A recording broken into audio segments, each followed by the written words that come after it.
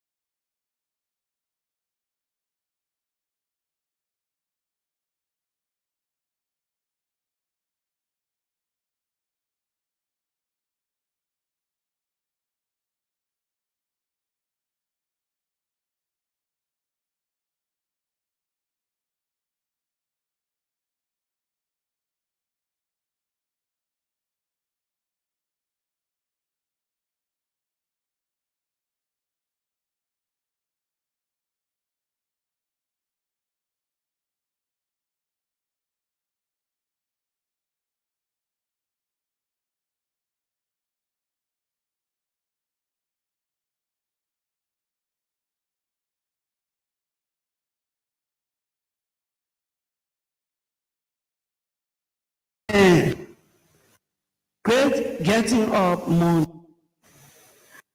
Morning, present the bereaved family of us, oh God. We pray this grace for mercy. We pray that you order step. We pray, Lord, that you hold a weight over our heads and make her to understand that with you she is not alone. We pray this morning that you pour down your special anointing into this program, Lord, that as we celebrate the home of a warrior, a great man, an educator, oh Lord, that you will teach us how to number our days, that we, Lord, may apply our hearts to wisdom. Thank you for the faithful that have come this hour. We present this day to you. And let the words of our mouth, meditations of our hearts, acceptable unto thee this morning. In the name of the Father, and of the Son, and of the Holy Spirit. And the people of God said, Amen. Amen. I guess you just need to remain standing as we also take Imam, Imam Ali Krayi for the Muslim prayers, please.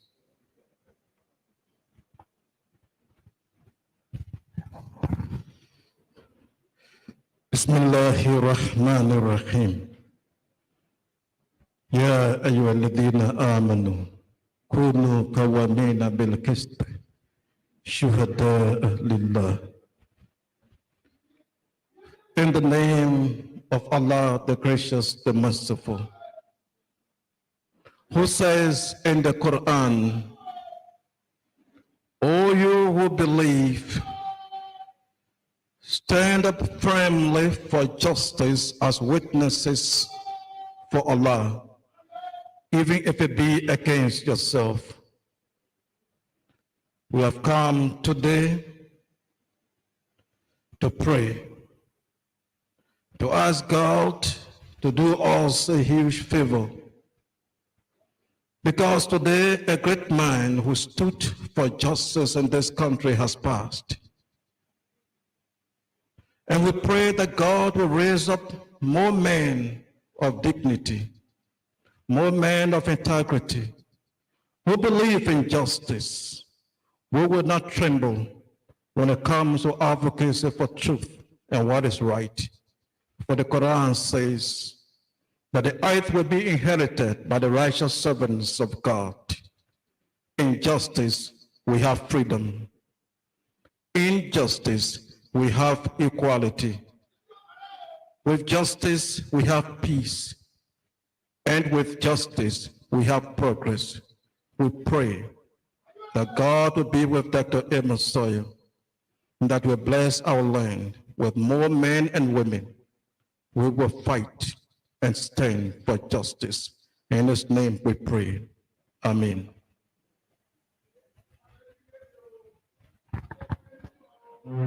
Amen. Hallelujah. You've heard the Christian followed by the Muslim. Dr. Sawyer certainly was a man of great religious tolerance, both in his practice and his lifestyle. But he was a man who also respected tradition. At this stage, we'll ask the respectfully called Elder Jackson Nimpa to perform the pouring of the libation.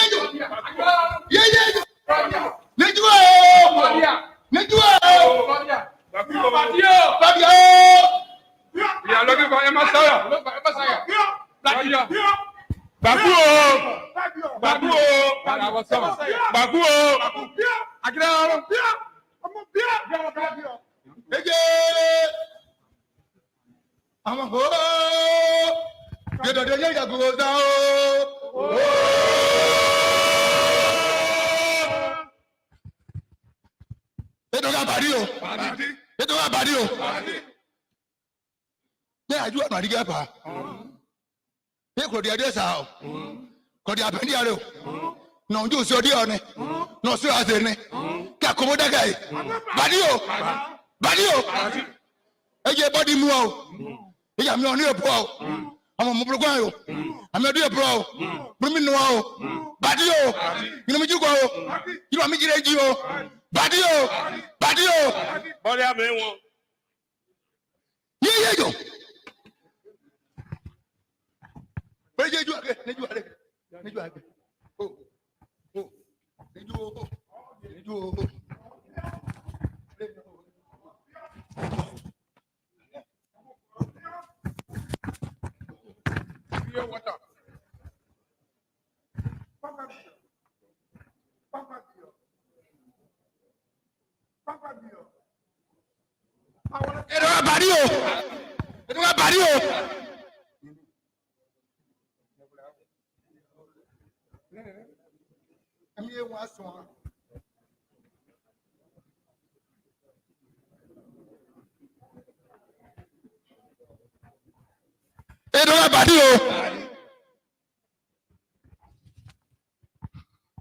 My daughter, and I know for English. Why did it? The way my son, the night here, and me I come. What would they do? I say the time we were there. My papa say, go to school. Go to school. I say, school? Me school, me no deal. So school, the English. You know that's it. But you go hear what we say. You go hear me. I cannot tell you. What my papa tell me. What my papa tell me. What my papa tell me. And me I go tell you. Today, Claudia I go. Claudia I can.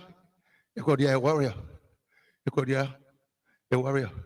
Claudia the way papa a blessing and know all the book and be man in the country, in all the world, and all the people know him. So we come to tell you the same thing. Today, the water are going to pour down for the land. They will tell the land. The water will tell Jowia. The water will tell how they call it. The woman that behind Jowia. They will tell the woman, that woman, my son, that woman will be behind Jowia. Why on me? Joetero, they will tell Joetero. They will tell Tibote. Tibote there. It's here Tibote there. It be Tibote. It be Claudia. It be my son there night. So they are come. So they are come to tell the world. So the water I appear to you. The water it come from Sinakuri. It come from there.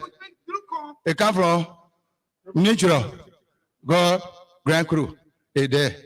It come from the Chian people. They come. It there. It come from the Nyamu people. It there. Then we the people now in the center. They call them the Bureboji.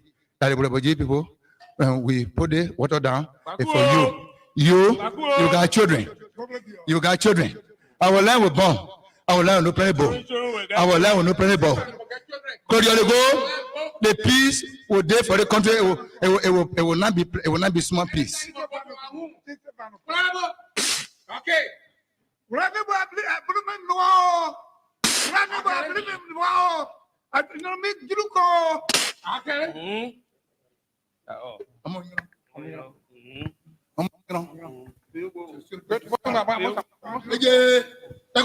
I'm not. Patio. Good luck. I got yes, All the grandchildren. Yes, Come on, read to our home. Tell them, Marco. Claudia. Claudia.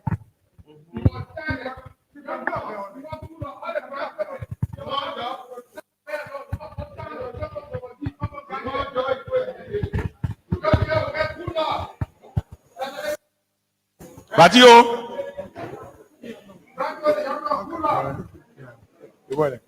Are we done now?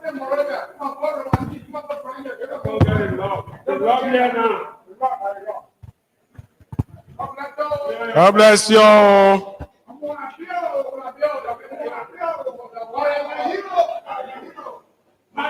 Batio. Bati. Enute. Niswa babewe o enute. Teklo. Enute Nimeju. Tilao Joplin.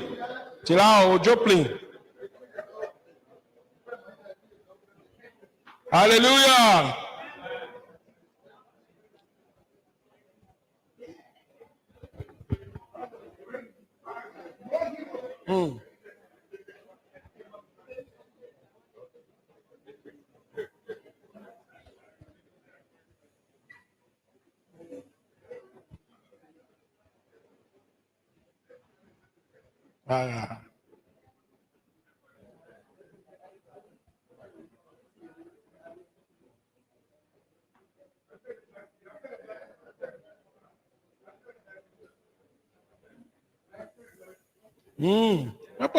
Papa voulait jouer.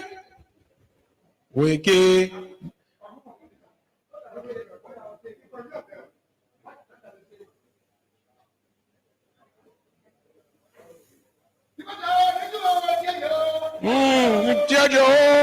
I'm a Jew. Hey, direct, move to there. Yeah. Okay. All right. Move. Okay. Let us respectfully enjoy the performance of the libation. Dr. Sawyer was a man who respected tradition and culture, so we want to thank Elder Jackson Yimpam for the pouring of libation and the traditional performance that we just witnessed.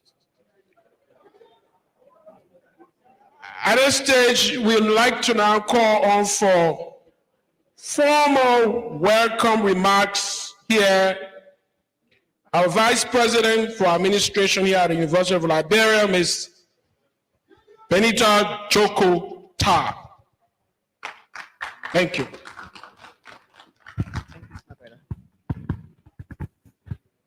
Good afternoon. This is a solemn occasion, but it's also a joyous one. So I just want to say good afternoon to everybody, most especially Comfort. Your name, Comfort, and you are going to be comforted. On behalf of Dr. Nelson and the entire UL family, we want to welcome you. Welcome you to this hall that Dr. Taylor walked for many years. Welcome to this hall that he transformed minds. Welcome to this campus where he set the pace, where he motivated people, both young and old, to see things through clearer lenses. Welcome to the University of Liberia. Most especially, welcome to this day that when we are honoring him in every way that we can so that his memory does not die. Yes, indeed, it is a solemn occasion, but Dr. Sawyer was a man that anytime you saw him, he was smiling and giggled over little or nothing, making you feel very comfortable. So please, yes, mourn, but also rejoice for the kind of person that he was and thanking God for the kind of person that he gave us. So welcome everybody. Dr. Nelson. I say coming we say crying. I never seen you cry before. Welcome. Medisa, welcome. Medina, welcome. Matthew, Zaza, welcome. Today I'm taking all of the handles and calling everybody by their name. Say welcome, welcome.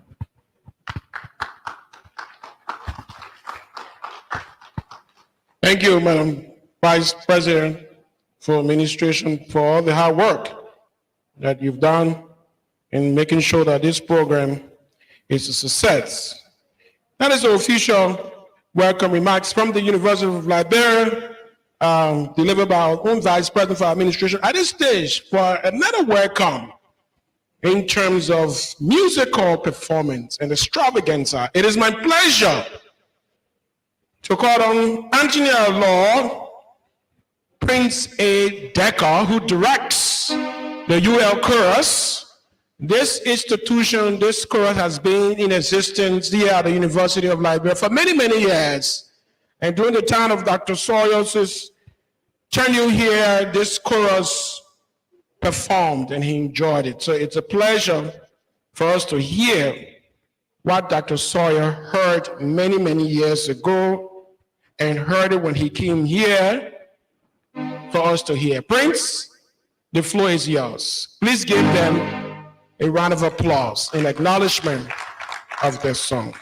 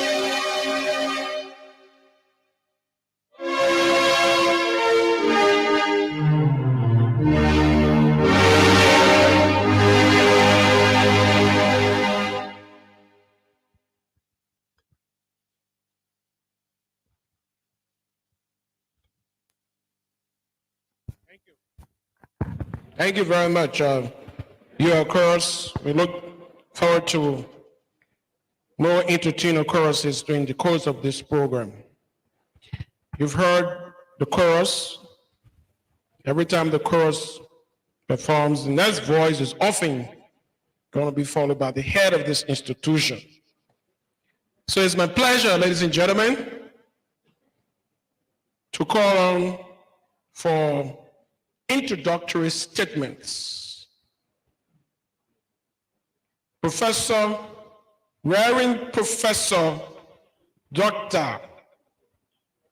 Julius Jolokon Zawolo Nelson Jr., President of the University of Liberia. Please give the President of the University of Liberia a special round of applause as he comes to make an introductory statement.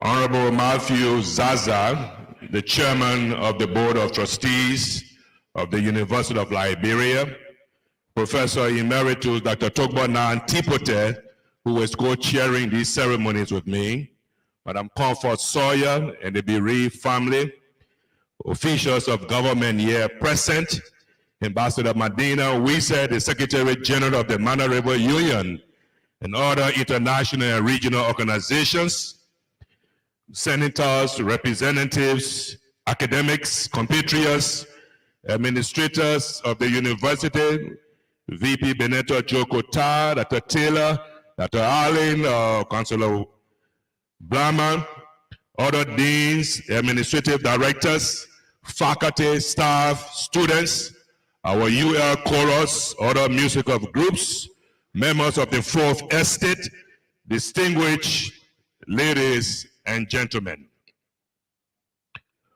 When peace like a river attended my way, when sorrow like seas billows roll, whatever my lot that has taught me to say, it is well with my soul. Many years ago, a son of the soil was born into this world that is full of trials and temptation. A son was born.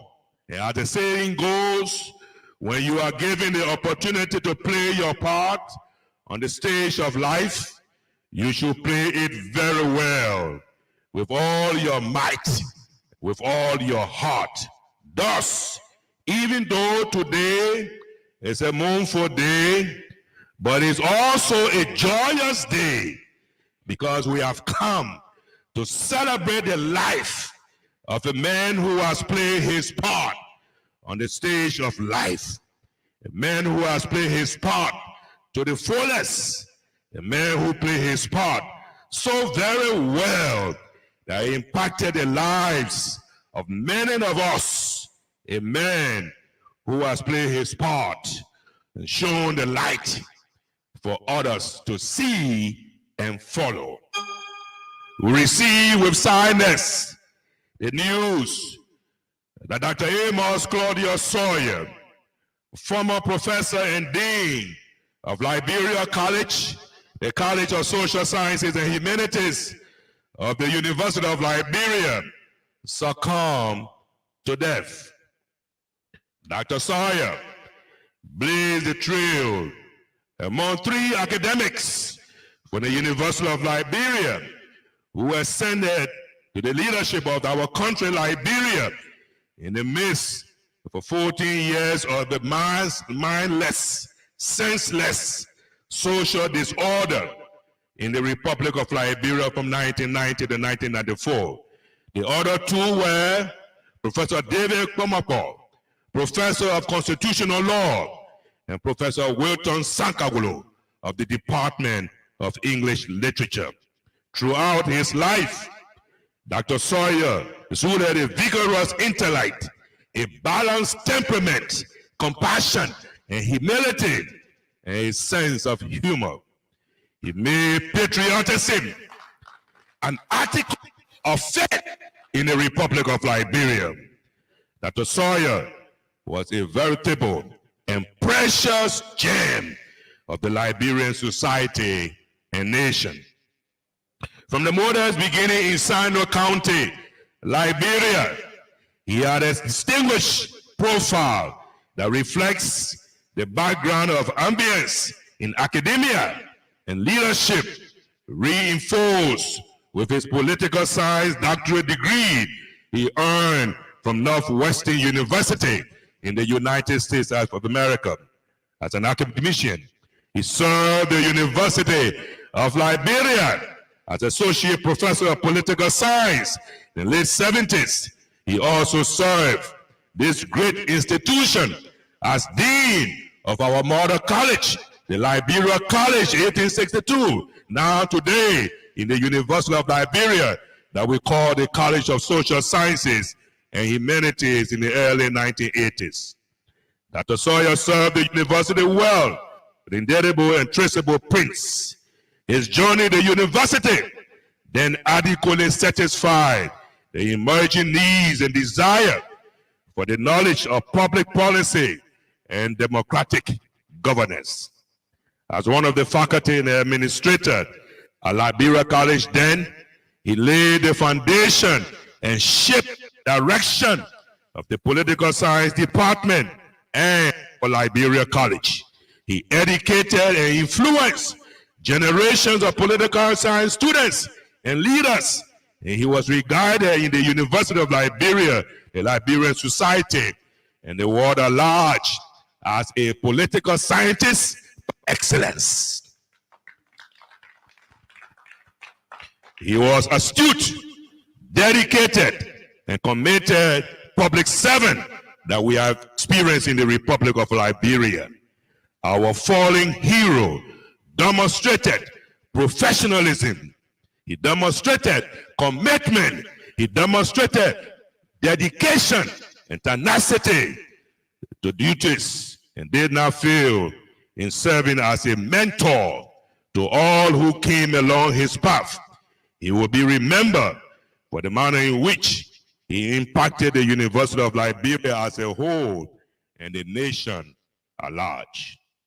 In 1979, members of the University of Liberia at the time gave him full support when he challenged the famous ruling True Whig Party in the municipal elections for the position of Major of the city of Monrovia.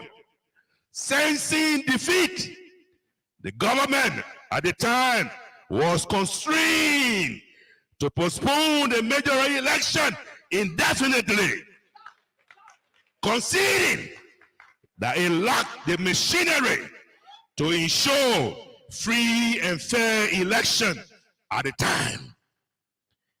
He also served as professor at the Indiana University as a research scientist and co-director of the policy institute called the Workshop on Policy Theory and Policy Analysis.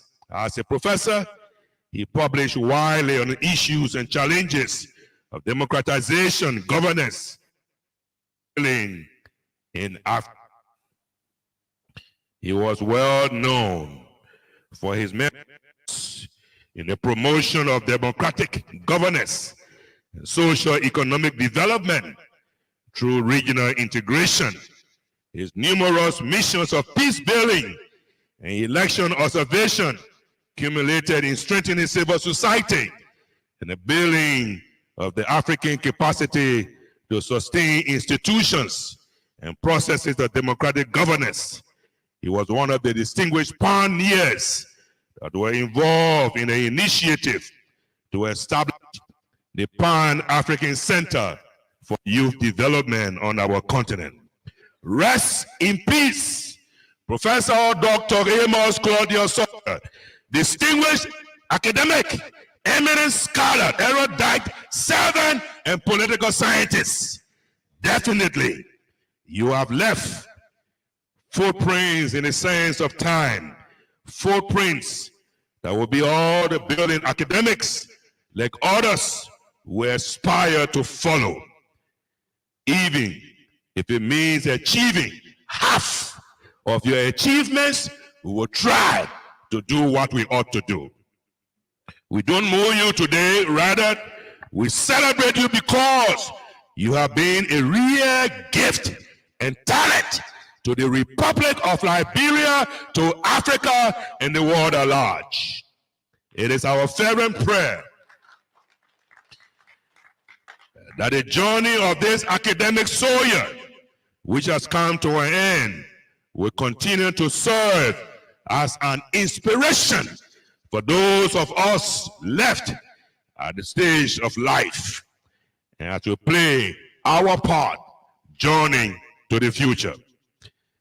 It is for this reason, Madam Sawyer and the family, we at the university will hold the appropriate consultation with you, the family, and other friends and intellectuals for consideration that Professor Dr. Amos Claudius Sawyer legacy and works to be rooted of the College of Social Science and Humanity at the University of Liberia. We will be ready, we will be happy, we will be enlightened to be the host as the lux in tenebris, the light in darkness, to preserve Professor Amos Sawyer's legacy at the University of Liberia. On behalf of the University of Liberia, on behalf of the visitor of the university, the chairman and members of the board of trustees, our administration, faculty, staff, and students, and in my own name as the 15th president of the University of Liberia, we extend our heartfelt condolences and commiseration to the immediate family, for all of us are also bereaving for this irreparable loss of an astute and esteemed educator and political scientist. May his soul rest and the souls of all the compatriots in perfect peace, and light perpetual shine on them. In the name of God the Creator, in the name of God the Savior, in the name of God the Comforter, and the people of God will say, Amen.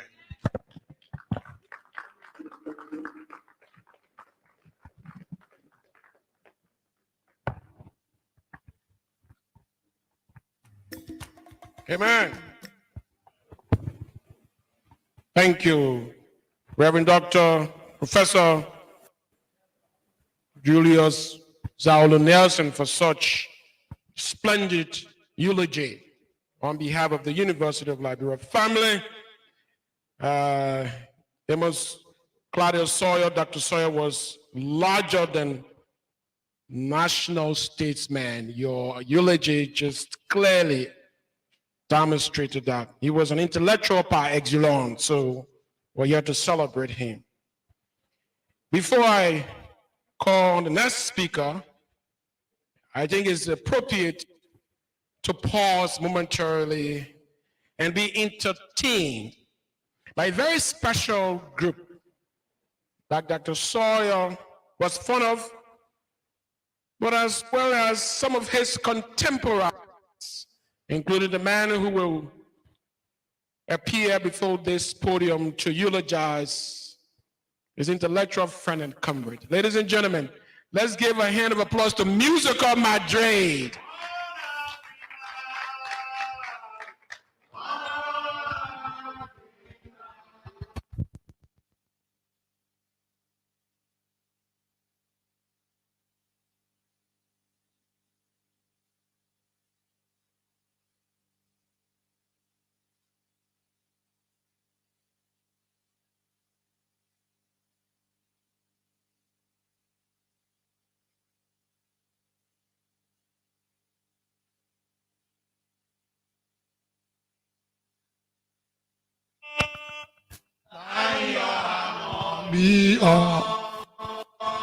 Know yourself, what your footstep. Are you a money? Dr. Sawyer gone, so help yourself. Everyone those who help yourself. Eliwe you, Eliwe you, Eliwe you, are you a manager? Eliwe you, Eliwe you, Eliwe you, are you a manager? Men don't get your place to die in this war. And I want a time make it die.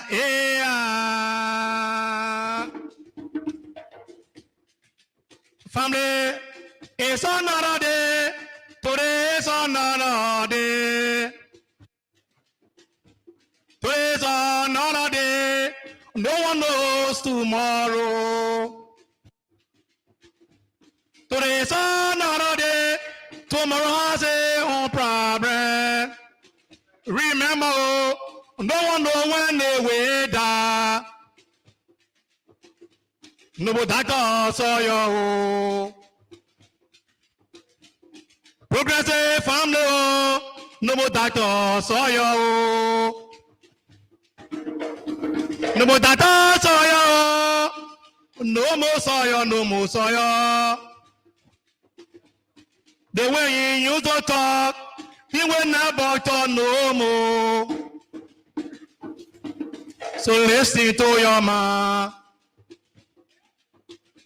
Karen, listen to your man.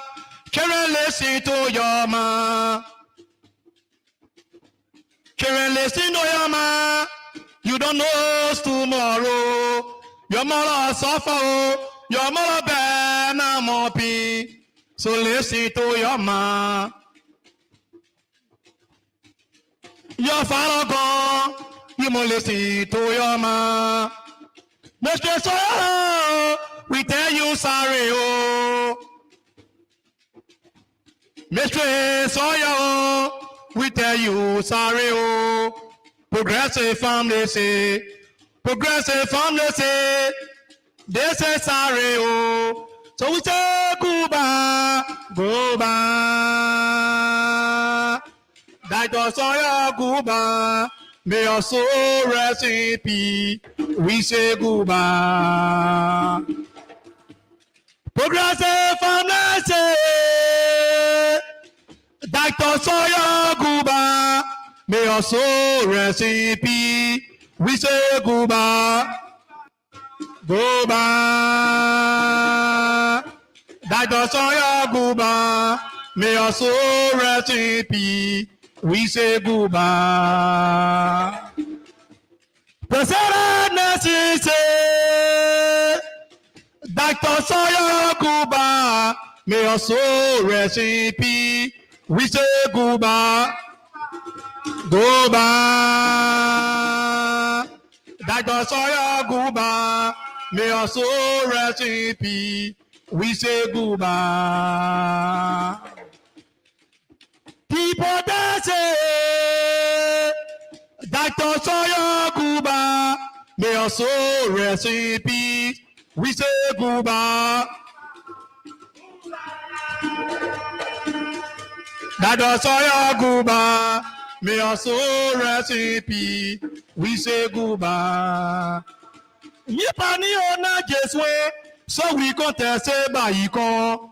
Memeti kwambo, Niswatina for ya. So kukwanko, so no one contana Jeswe. Eh, so no one go, Atana Jeswe. Memeti kwambo.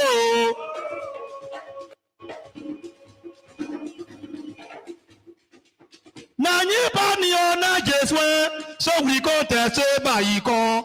Memeti kwambo, so Niswatina for so kukwanko, so no one contana Jeswe.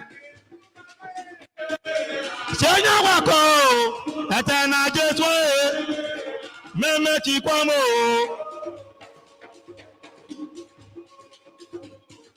Meme o,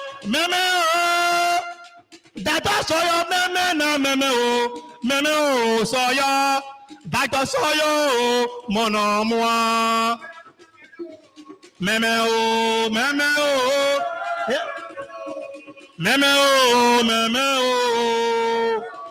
Dr. Sawyer, mon amour. Meme o, Dr. Sawyer, meme o, Sawyer, Dr. Sawyer, mon amour. Meme o, yeah, what a meme o. Yeah, Dr. Sawyer, mon amour. So, can I listen to your man? Annie. They will use his own car. Ewa before you, Teta in level, my son. For temptation, my son, to my trouble. Satan wake up. Satan wake up.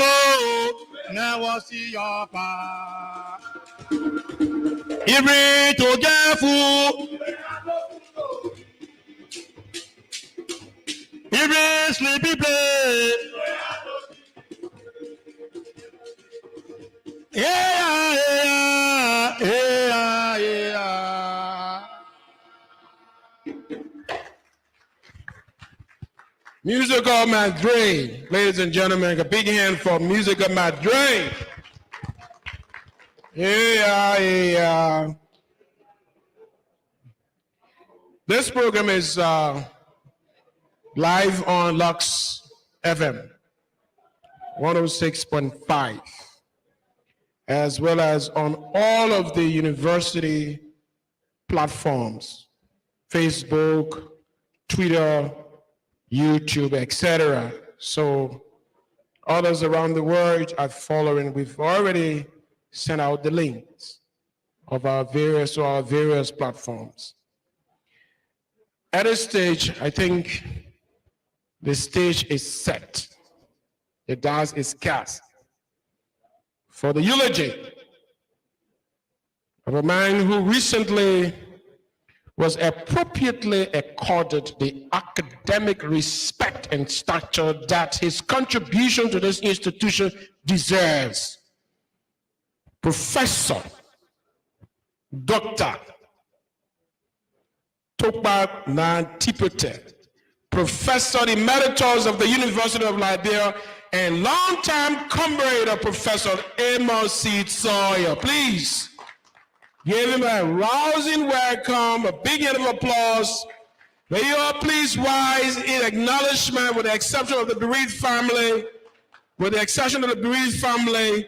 Please rise and receive the distinguished Professor Emeritus, Dr. Tipote. Thank you. Please sit down.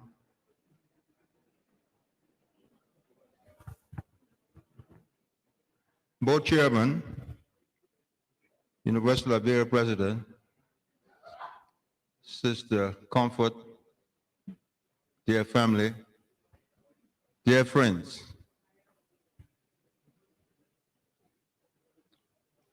The main reason I'm standing up here today is to try to convince all of us that Professor Dr. Sawyer was not just into talking. You know, his Professor Doctor say, all the people can talk. But look at the problem we have and nothing happened. Just talk. But he was different. He walked the talk. That's why I'm here to say. And I don't need to say much, because all you have to do is just look at how he walked. Look at his work. And his main work was done through two organizations. I'm not saying that he didn't work through many other organizations. But as this here is for the University of Liberia and Friends Associates, the University of Liberia president has spoken very well. So I will talk about the Friends. In terms of the Friends and Association, we talk about two organizations, Susuku, the 51-year-old poverty alleviation organization, and the Movement for Justice in Africa. Look at the work those two organizations have done. People don't have enough land to grow food. So you don't come talking about, oh, this government not doing that government. You go try to get land so people can get food. So went to the poorest part of the country. So Sawyer was not here just talking. And you know, we have a problem now. Some also know plenty book. That's why in Krawi, wrongly called crew, there's the expression, Some of us know book, but we got sense. but his work has sense in it. How do you find the sense? But what he did.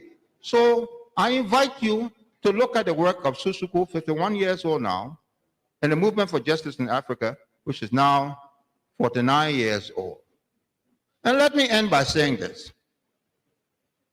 At the service for our late Professor Dr. Thomas J. at the University of Liberia, I'm looking at the University of Liberia president, and he's nodding in agreement.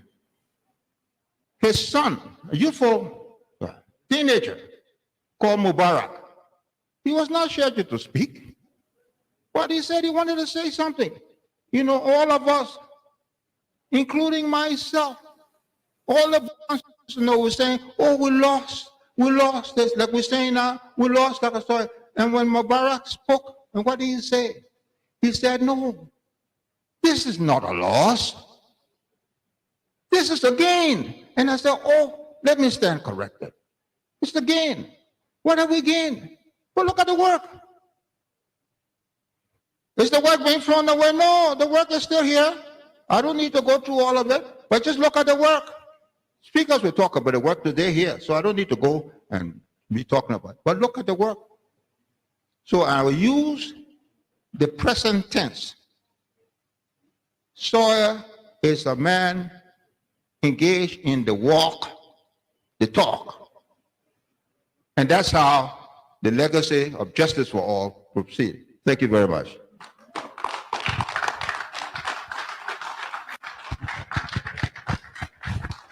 Thank you, thank you. Give the Professor Emeritus a hand of applause for that very brief but inspiring, thought-provoking eulogy on behalf of all of us. Dr. Sawyer did not just inspire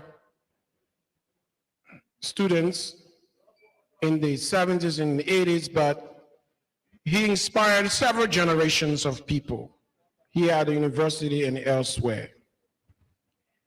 And so the gentleman who I'm about to call to read his last sketch was fond of Dr. Sawyer. He considers himself as a Sawyer protege.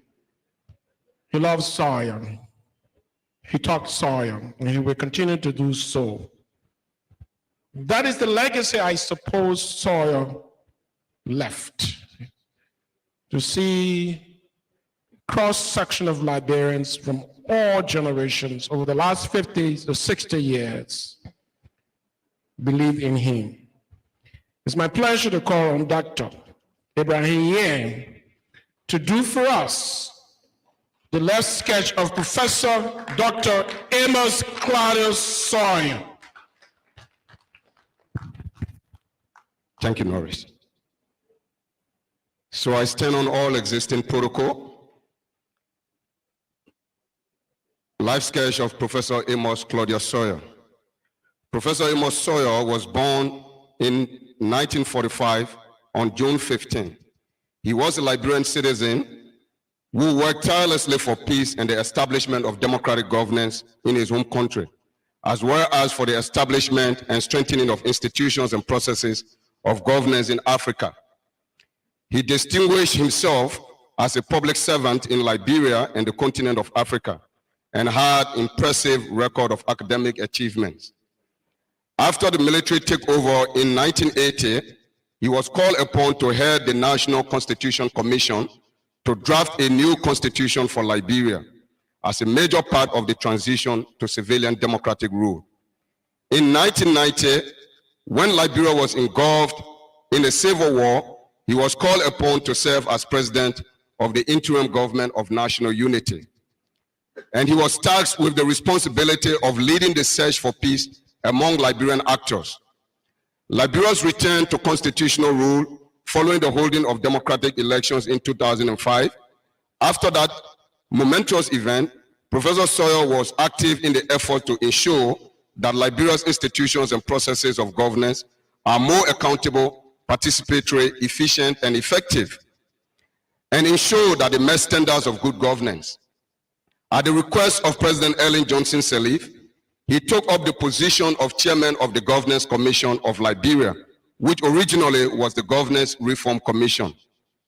That body is charged with the responsibility of crafting reform policies and implementation strategies for sustaining peace, advancing reconciliation, and attaining good governance and democracy in Liberia. He also served as lead convener of the Zero Hunger Initiative, designed to advance Liberia's achievements under the Sustainable Development Goals of eliminating hunger, that's SDG goal number 2. It was under his leadership at the Governance Commission that the Commission led the drafting of the Code of Conduct for Public Servants, the National Policy on Decentralization and Local Governance, the formation of the Liberia Anti-Corruption Commission, and the merger of the Ministry of Finance and the then Bureau of the Budget to establish what we now call the Ministry of Finance and Development Planning and the Liberia Revenue Authority. On the African continent, Professor Sawyer was well known for his work in the promotion of democratic governance and socio-economic development, and supported regional integration efforts across ECOWAS, the MRU, the African Union. He served as chairman of the panel of eminent persons of the African Peer Review Mechanism, an affiliate body of the New Partnership for Africa Development under the African Union, and was a member of the panel for 2 years before becoming chair of the panel. Professor Sawyer earned a PhD in political science from Northwestern University in the United States in 1973. As an academic, he served as associate professor of political science at the University of Liberia in the 1970s and dean of the Faculty of Social Sciences and Humanities in the early 1980s. From 2000 to 2009, he was at Indiana University serving as research scientist and co-director of the Workshop in Political Theory and Policy Analysis, now called the Ostrom Workshop. A colleague of Professor Sawyer and fellow co-director of the workshop, in person of Professor Elinor Ostrom, was the 2009 Nobel Laureate in Economic Sciences. Professor Sawyer published widely on issues of democratic governance and challenges of peace building in Liberia and Africa. His book, The Emergence of Autocracy in Liberia, Tragedy and Challenge, published in 1992, interestingly when he was president, is still considered a seminal work on Liberian political economy. And his other book, Beyond Plunder Towards Democratic Governance in Liberia, published in 2005, makes an important contribution to the analysis of governance breakdown and policy challenges and the formulation of post-conflict recovery strategies in Liberia, with significant lessons for post-conflict development across Africa. After retiring from the Governance Commission in January 2018, Professor Sawyer was engaged in the area of citizenship development and education in Liberia. He maintained that nurturing of citizens who are informed and efficacious is indispensable to the sustaining of peace and democratic governance. A set of citizenship education textbooks for use in Liberian school was completed under his aegis. He signed and approved the textbooks 2 months to his death.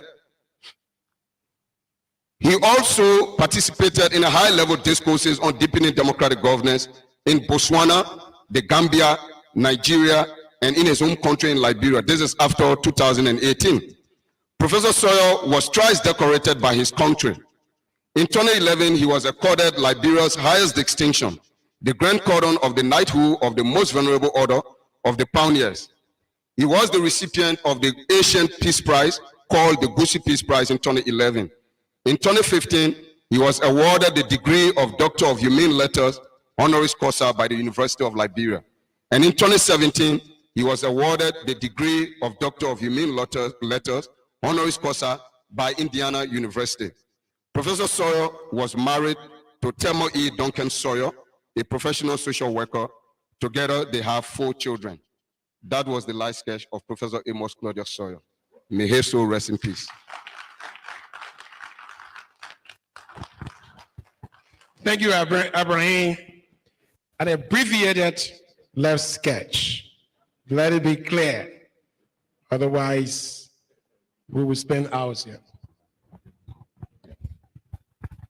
Dr. Sawyer was a legend. He mentored a lot of people And we are going to make our segue into reflections very soon.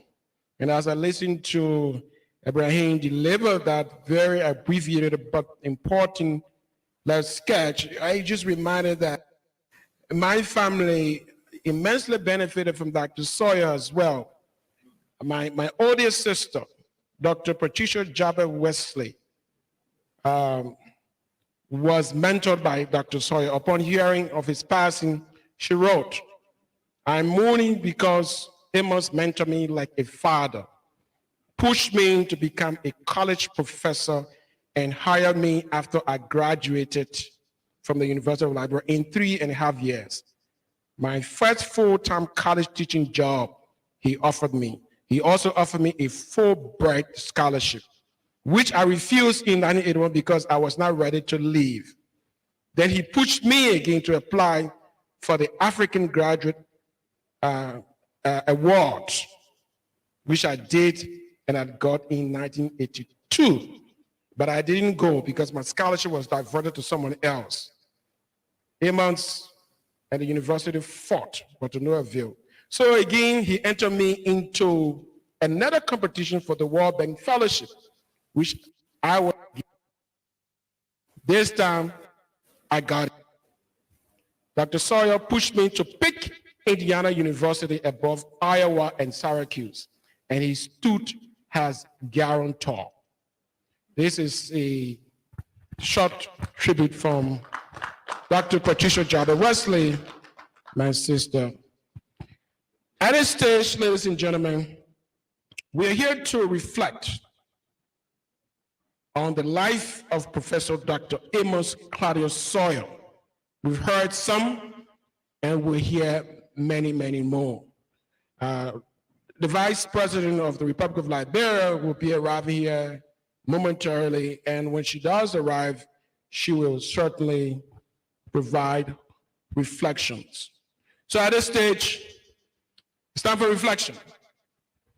We have several organizations, international organizations, who have sent in reflection. I'd like to call the Senator. Please give him a big hand.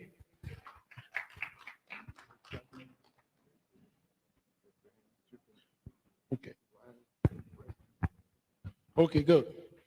So yeah, so we have here several organizations have sent messages of condolences to the Sawyer family and well-wishers who are all mourning. And so we will read some of them. Some of them are very, very long. Sawyer knew a lot of people. But before we go into that, ladies and gentlemen, it's appropriate that we hear from the family, the children, the grandchildren, who drank from the fountain of knowledge and wisdom of Dr. Sawyer, who knew him when we were not around him, when he was tired, when he was fatigued. So they'll come down to give us a synopsis of their reflection. So I'd like to call grandchild Claudia, Aki Gabi, daughters Felicia, Twinley, and Etta. Please give them a big hand of applause, ladies and gentlemen. Thank you.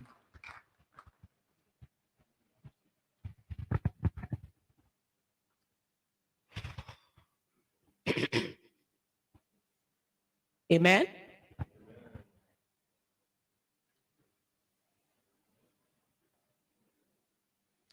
Amen. These are now all his children. Some of our siblings are not here. But we're just going to remember, and all of us in our own ways, we had a lot of things that we remember about him.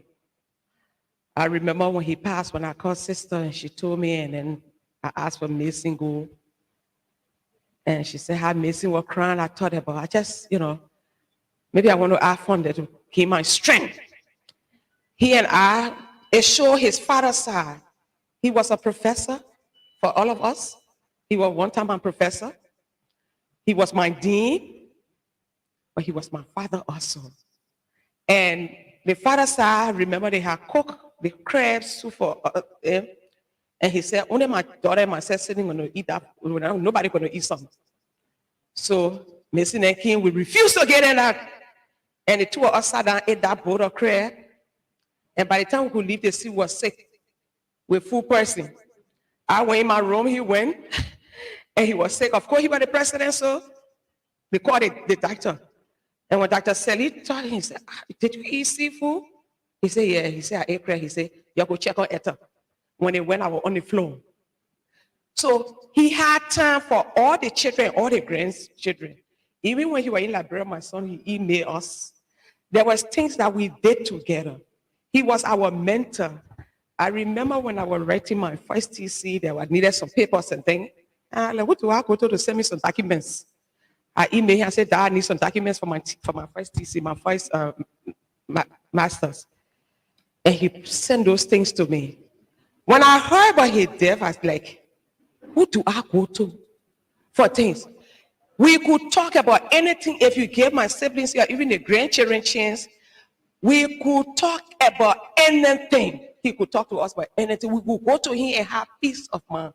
It is so hard. My thoughts will be running all around. I'm trying to put myself together.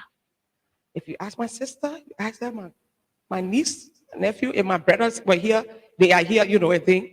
We all had our moments with him. When it was time for him to be our president, he was our president. When it was time for him to be our moose, he was our moose. When it was time for him to be our book boy, he was our book boy. When it was time for him to be our father, he was our father. When it was time to be our grandfather, he was our grandfather. I remember my son telling me, now Grandpa is gone. You were always right in his eyes. You do something to us, we go talking. He like, your man right. What she telling you is she want you to be the best. All that gone. But we love him. He's mentored a lot of people. A lot of people. It's not just us mourning. We know that a lot of people out there are mourning with us. And we're going to live for it for a long, long, long time.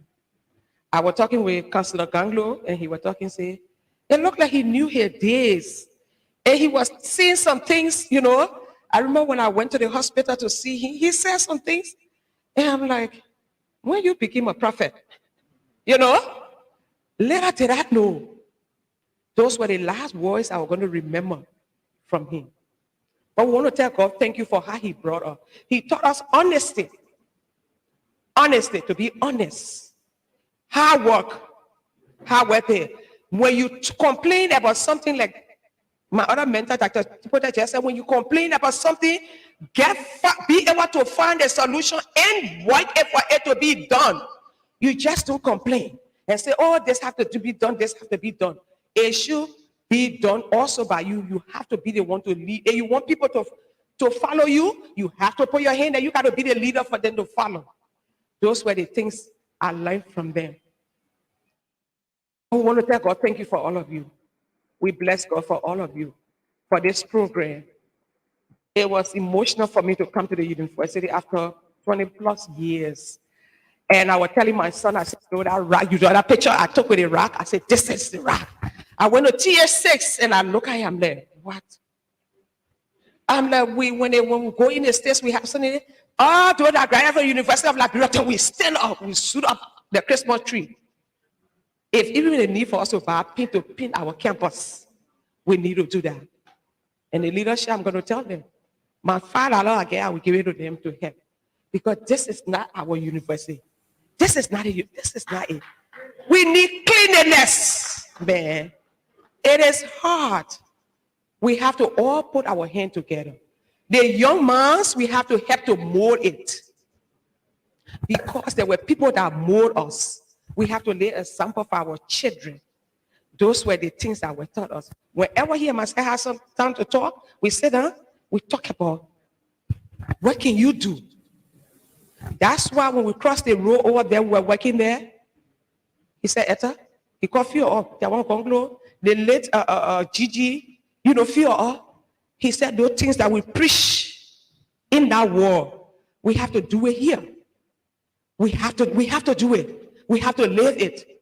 So we left there, like I tell my children, I say, I can walk the streets of America, Morovia, with my face all high, nobody will say I took a bribe from them, because I had somebody that taught me to live right, to do right.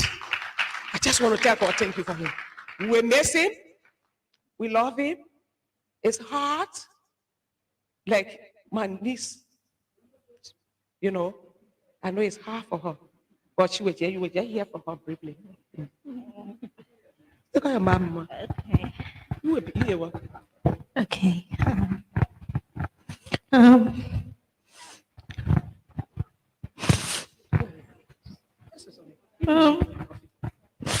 My grandpa was really nice, and he wasn't just a man who was very political. He was a man that liked sandwiches and ice cream, and he was really nice. And he used to send me emails all the time and tell me I need to finish school and I need to put my best effort in everything that I do. And I'm really sad that he won't be able to see me graduate in June, but I know he'll be looking down at me, very proud of me. And that's it.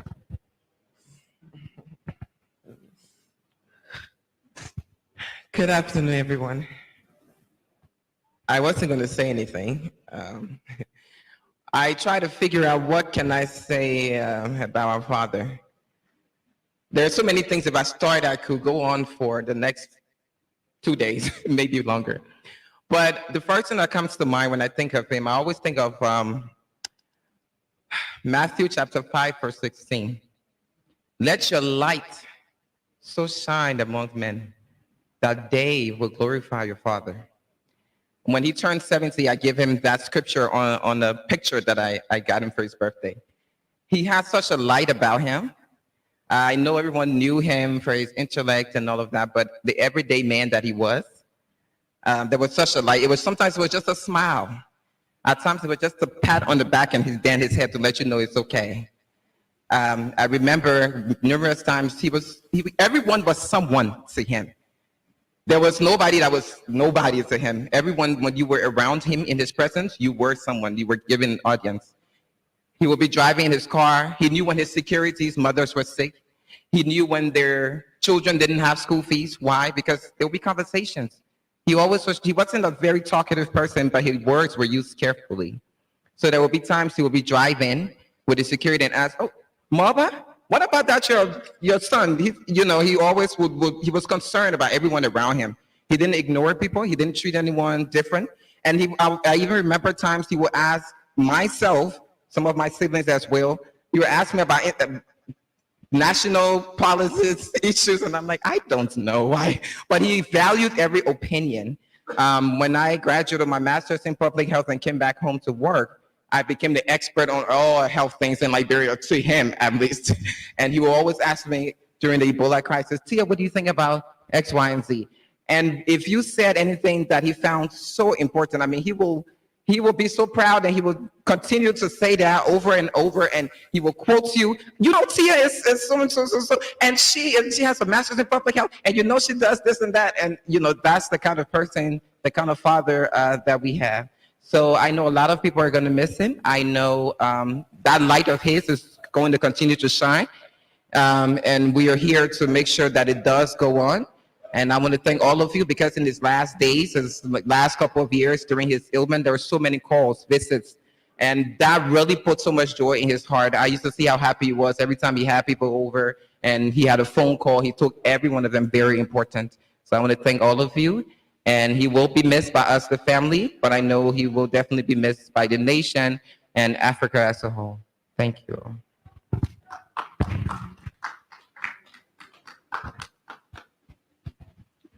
Hi, everybody. My name is Cecilia Sawyer, everybody. This is my daughter. My father was very proud of me. To the last day when he was in the hospital, he would tell everybody, even the sweeper, about his daughter and his personal nurse. So I named my daughter after him, Claudia. Claudia, so her name is Claudia. But the important thing that I want to say is, I want to thank my mother. She has been there for him. She will go to the hospital 24/7 I was even worried about her health because she wasn't eating, she wasn't drinking. She was there for him. So Mother, thank you. Thank you for showing us what true love is, how to care for your partner, how selfless you were. Thank you very much, okay? Thank you. That's all. And thank everybody for coming, all your contributions, your calls, and sympathizing with the entire family. Thank you very much.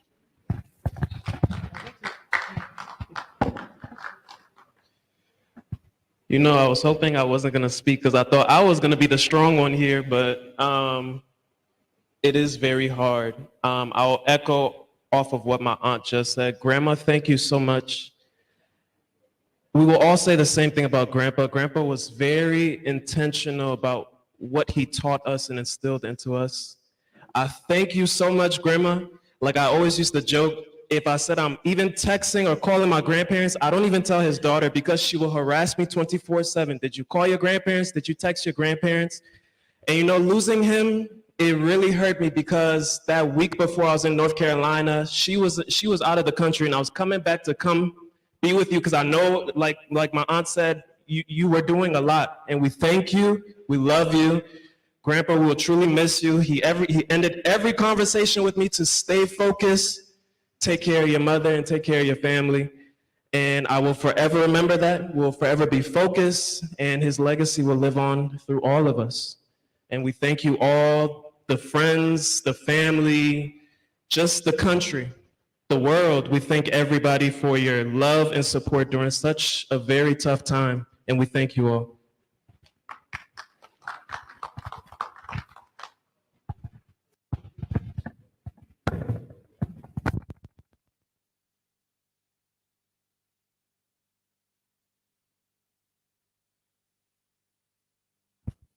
Let's give the children of Dr. Sawyer a hand of applause. Thank you very much for telling us those very paternal, fatherly, caring reflections of your father. It certainly reinforced the memory that he was a great man.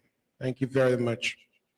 We'll continue on reflections on the life of Professor Dr. Amos Claudius Sawyer. We do have some reflections that we'll be subsequently reading, abbreviated forms as well, because some of them are very long. But it's my pleasure to call on the Manor Yale, who is represented here by our distinguished sister and colleague, Madame Medina Wisse.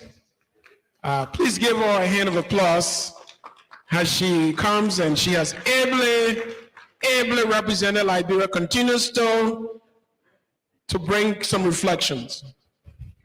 Thank you very much, Comrade Twet. Let me call my able deputy, Dr. Abubakar Tarawali, who has traveled all the way also from Freetown. Please come and join me.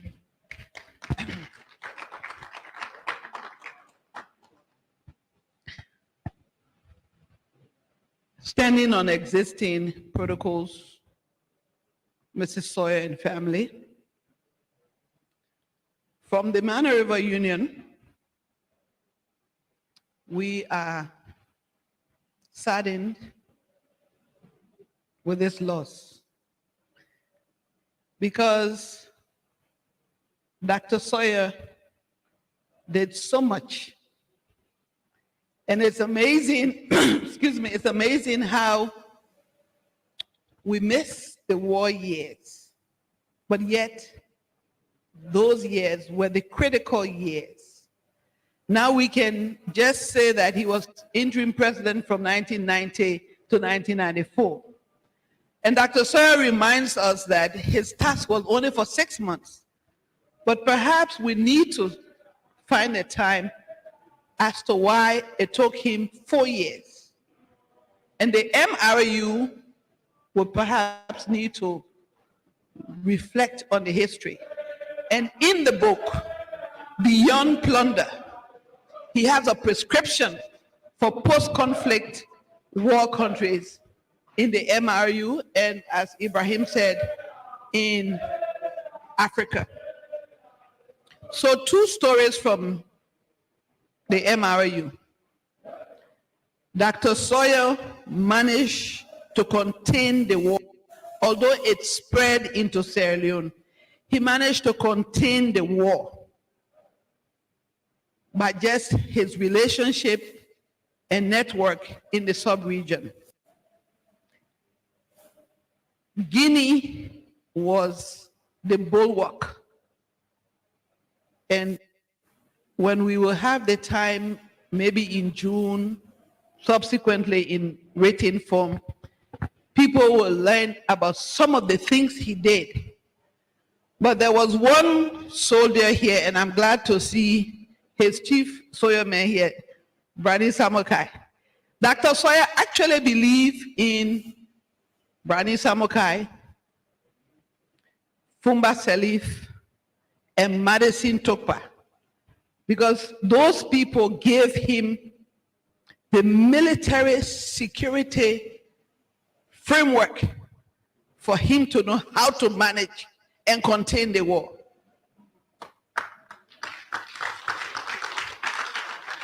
He actually also believed in Lemuel Sherman, who was at NSA, because he said, well, Lemuel gave you 2 paragraphs. Everything that in that 2 paragraphs is sufficient for the day. Now our Vanguard Party people are here.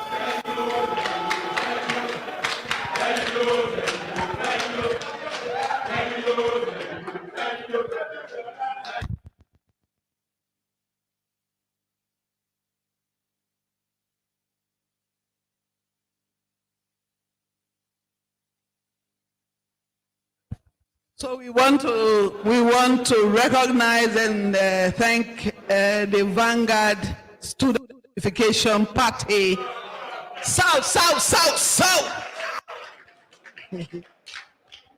for that militant entrance to remind us. And the best person who gets reminded when he see a year soup is Mr. Siafa Kamara. He has been away for almost 30 years. He's there enjoying soup now. So, as we were saying, Dr. Sawyer believed that the network that he had could help him, and it did. So Guinea provided that sanctuary for the works that Brani Samokai, Fuma Salif, and Madison Tukpa could put together. So one Guinean soldier was here, and he epitomized, in a way, everything that the national structure did. They call him attaque bombardé. Say, rebel, no one here, no English, no French, only attaque bombardé. And it was that attaque bombardé, the rest. So even with Sierra Leone, the war went there. I happen to have met the former British ambassador. He was very instrumental in resolving the problems in the sub-region. And he told me how important it was to have a man like Dr. Sawyer here. Because they needed Nigeria and Ghana. And it took the brilliance, the political skills. At the time, this British diplomat said they did not want to deal with a leader who was head of Nigeria. I will not call him. But thanks to Kofi Annan, who was then Secretary General, Dr. Sawyer reached out, and with Kofi Annan and the British support and the international community, Liberia managed to contain and did not have a rebel government. Sierra Leone had the war, and even when the government was overthrown, subsequently they put it back. Again, thanks to the network. So on a day like this, when we read and go through that brief history, 1990 to 1994, it is for us to reflect, and it's not good. So you see here, we are enjoying the peace. Here is Sierra Leone, Liberia, Guinea, and Cote d'Ivoire. All experience some kind of internal upheavals. But Guinea provided the sanctuary, provided the appropriate assistance, provided the necessary wherewithal to be able to manage the conflagration that was happening in the sub-region. So we want to continue to memorialize and live that which Dr. Sawyer talked about, preached, and walked. Like Dr. Tipote said, he walked the talk. So his integrity is something that we must learn. His values, his vision, and the belief in an inclusive, democratic, free society must guide us so that we can all continue to live in peace. I thank you.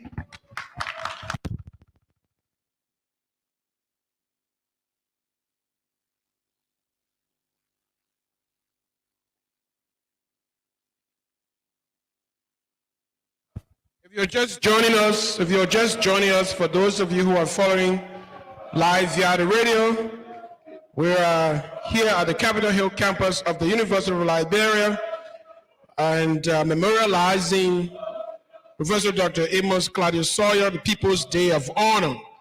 We want to thank you for keep following us here at the University of Liberia. Reflections on the life of Professor Dr. Amos Sawyer continues. Thank you, Madam Wizard, for that. You represented Minor River Union. Some of the organizations represented here wrote reflections, and we will acknowledge their reflections by reading verbatim some of it. Some of them are longer, but some of them can be read shortly. This is from African Union. And they write, our reference, Honorable Samuel D. Jr., APRM focal person, Ministry of Finance and Economic Affairs.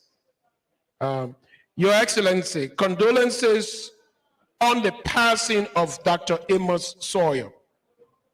It is with deep sorrow that we have learned of the passing away of Dr. Sawyer, who was a dear member of the APRM community and a past chairperson of the APR panel of eminent persons from 2013 to 2014. On behalf of the African Peer Review Mechanism and on my own behalf, I would like to extend heartfelt condolences from the African Peer Review Mechanism, APRM, to you, the Republic of Liberia, and the family of Dr. Sawyer on the occasion of your bereavement. At this crucial moment of grief, our thoughts and prayers are with the family of Dr. Sawyer as we think back to his long record of service to the continent. We reflect on his dedication to good governance, public service, and servant leadership in both Liberia and Africa. May God grant you and the dear family the fortitude to bear the great loss. May Dr. Sawyer rest in peace in God's embrace. With our deepest sympathies, yours faithfully, Professor Eddie Maloka. So this is from the African peer review. There are several of those messages, and we shall read them as we go along. At this stage, we will navigate and call on somebody from the crowd, somebody from the audience.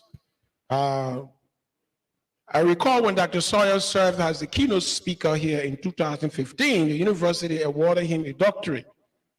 And we took a lot of pictures.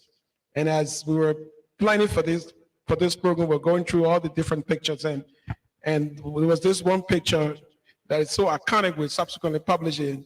And as you said, Madam, we said sitting close by Dr. Sawyer was one of our finest alumni members who always supports this university here.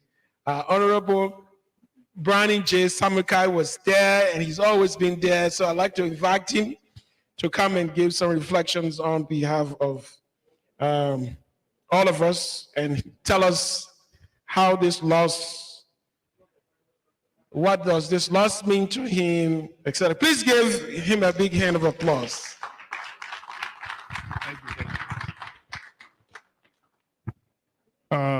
Thank you, Tor. Let me, on behalf of friends and colleagues, and particularly number 488, to extend our heartfelt condolences to the bereaved family, to the family of the university, and the family of our country. I am sure you'll be wondering what is 488. The 488 is part of the legacy of Dr. Amos Sawyer and his colleagues in the region to bring peace to Liberia. That number reflected the decision of ECOWAS and the implementation by the interim government in preparedness to secure Monrovia and its immediate surroundings. That number is reflective of Liberians from all walks of life who made the ultimate sacrifice to defend this city along with ECOMOG. That number also reflected the clear determination of providing leadership for the future that many of us and all of us here and many others outside the country and elsewhere are enjoying today, that we call the peace in Liberia. That was part of the legacy of Dr. Sawyer. It was not just the intellectual side, but also preparing for the future, for peace, lasting peace, and for stability. Imagine if Monrovia would have been overrun in 1992. Imagine what it would have been like.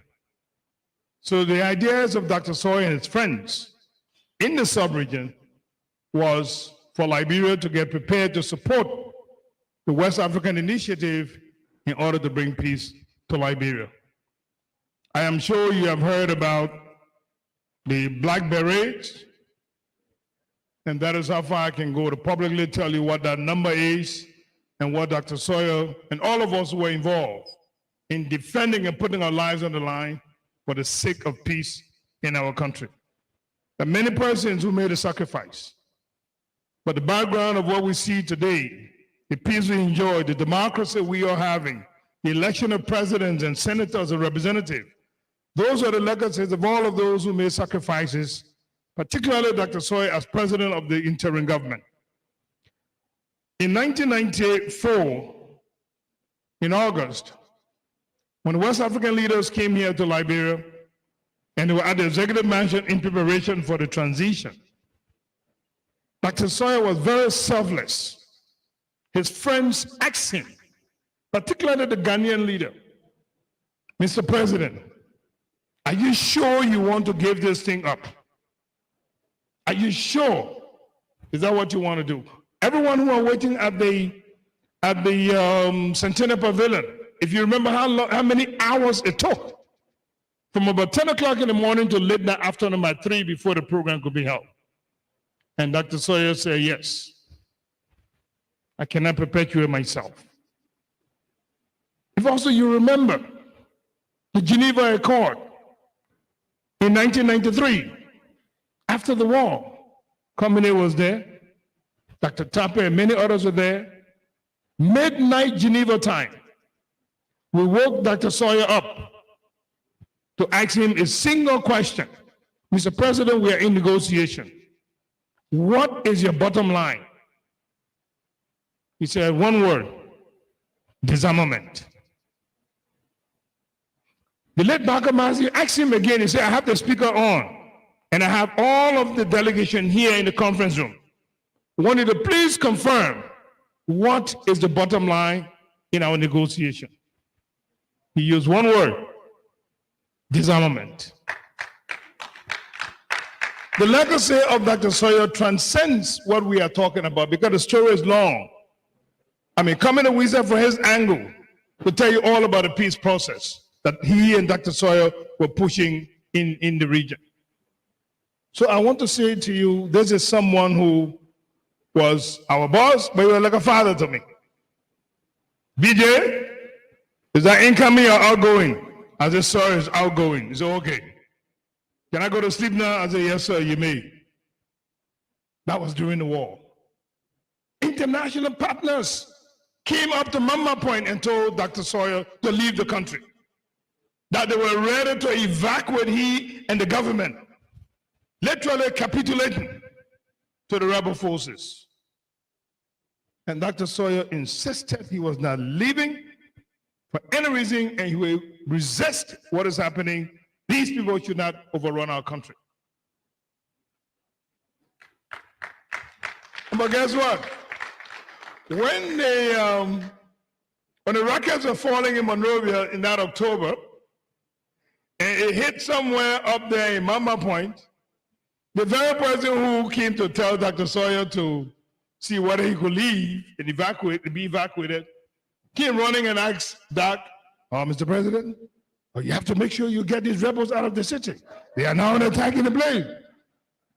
So Dr. Sawyer said, well, guess what was going to happen? The telephone call came, the guys assembled, and they took the lead. 488 was the number. So I could go on and tell you many things about that. But he was one person we all respected. I'll give you a few examples. We are in Geneva. Dew Mason is on the bed. Lamini Warite is there. Comes in Ambassador Eastman. I think Tom Weiwu. They have brought a message from Taylor that they wanted to sign an agreement between the NPRAG and the RGNU. I mean, it sounds very simple. A document for cooperation. Ambassador Eastman gave it to him, and so Dr. Sawyer said, oh, but this is good. BJ, Lamini, you guys look at this thing and tell me what we should do. He said, oh, no, you guys can't disagree with the president. So Lamini told him, said, no, I don't know, but you're in NPRAG. In our side of the government, we can disagree with the president. And the president said, well, that's how we work. These are the people who will decide. That was the kind of leadership he was. People say he's not making decisions, but he was building consensus on the decision to be made. And that's how you make decisions. And we learned that. I was one of those who literally was copying him. You know, and Dr. Sawyer would not tell you no. I mean, for example, you get criticized. You criticize Dr. Sawyer and say, oh, you know, your government is corrupt. You need to work very hard. He said, but that's precisely why we need you where you are, to inform us why we are corrupt and how we can improve the system. So he was someone that you have to learn from. And those of us who have been around him, we try to learn from that. And I think he was a great person. I mean, he had this humanity where even if he's sleeping at Duco, all of us would be sitting, he would not go to bed. All of us had to look at each other and then finally walk out. And I remember Yamoussoukro too. We are going in and the topic had come to the military, and the late General Fangalo and I were outside. I was this, you know, young man with a blue, I always had a blue folder. So nobody knew what I was doing, who I was. So finally, we got a call. Who are Monsieur Samukai? So I got up. Everybody was wondering, oh, they know this man? They said, so I goes in, and Dr. Sawyer is sitting, and then we sat back, General Fangal and I, and they were discussing about the government and the military and all of that. So Dr. BJ, you say your thing here, you know, you got to answer. He did not pretend, not because he was a professor, but he knew that he needed the expertise. Have you seen the composition of the transitional government of Dr. Sawyer? One of the best brains of people in our country ever assembled in this place. Look at all of those that he brought in. That was the person, that is the person we are talking about. That was the person who, on a Saturday, just about lunchtime, Dr. Keseli is up there. They are in a great debate, trying to grapple with a problem. And they said they should call me. I didn't know anything what they were calling me for. I happened to have been at the office that day. And then the radio call came and said, BJ, they need you up to Broad Street, Duca. I go up there and they are grappling with a situation, and I listened to it, and I just provided some ideas. And Doc told me, he said, well, you hear it? BJ said this. So Doc, here BJ then, along with, where's Francis? Francis was then the Minister of Finance. Yeah. He's right there. So everybody came to defense. We did the document, and everything was fine. So that morning, they asked me to accompany the document to Nigeria. Unfortunately, on my way coming, I got stopped. You know, in those days, we didn't have Sari. And there were no badges to tell who the person are. The medium aircraft is waiting for us at the airport. About 6:30, 7 in the morning. I got to Vamoma. The Ecomo man said, why did I bypass the line? Long story short, we called Doc. Doc said, but Dr. Sawyer is at the airport. We say, yeah, it's okay. Let him go. BJ, you stay behind. We stayed behind and began to make preparations, again, to protect the population of Monrovia. So there were many things Dr. Sawyer did in the background. Those stories will be told one of these days, and you will hear it, and you will appreciate this person that we're talking about. I mean, I'm sure you have heard about the Cotonou Accord. Once again, Dr. Sawyer is taking the lead. We are in Cotonou, Benin. July 26th is coming, and the Liberian people expected a 26th gift as peace agreement signed. We're going to the meeting, and the MPFL proposed to have a 5-man council over rotating presidency. And the first reaction of the transitional government was, no, we can't have that. And so at the end of the whole day, President Soglo spoke, everybody spoke, nothing. The following day, nothing. So it was about 1, 2 o'clock in the morning. All of us are sitting down, and Dr. Abdullah Dukli always had a camera going around and taking pictures.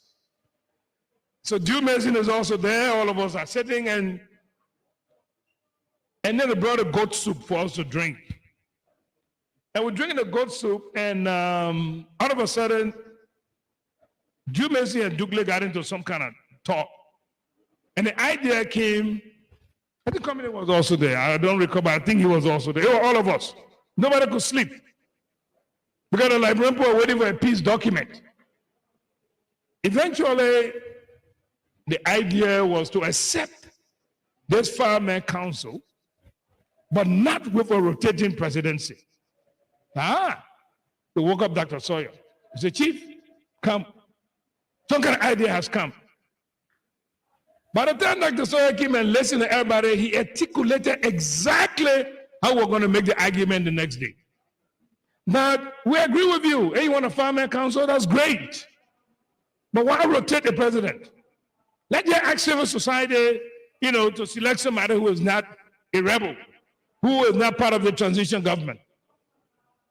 So Dr. Sawyer, the next morning we all we're on the table, and President Soglo spoke and said, well, the issue on the table is the five-man council. Mr. President, what is the position of the transitional government? Dr. Sawyer said, well, Mr. President, thank you very much. Sorry for yesterday, blah, blah, blah. And he goes,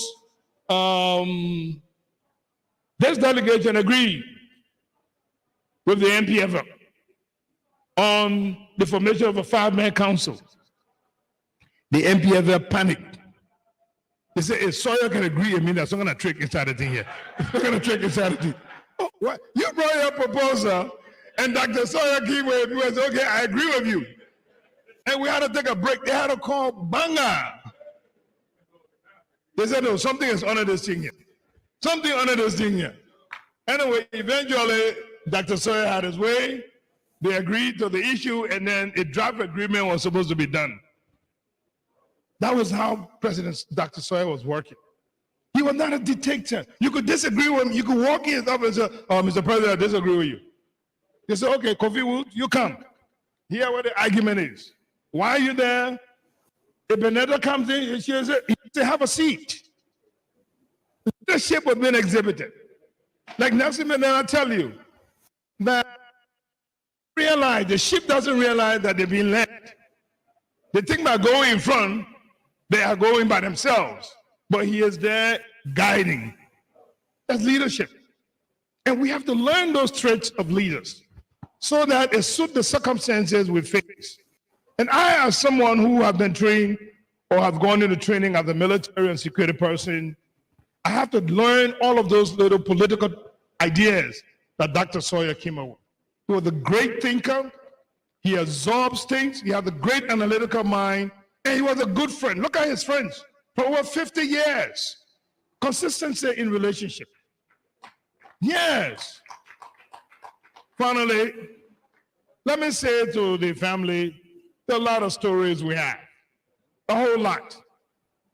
I remember when I drove from Chicago to, I think it was Indiana, a 2 hours drive.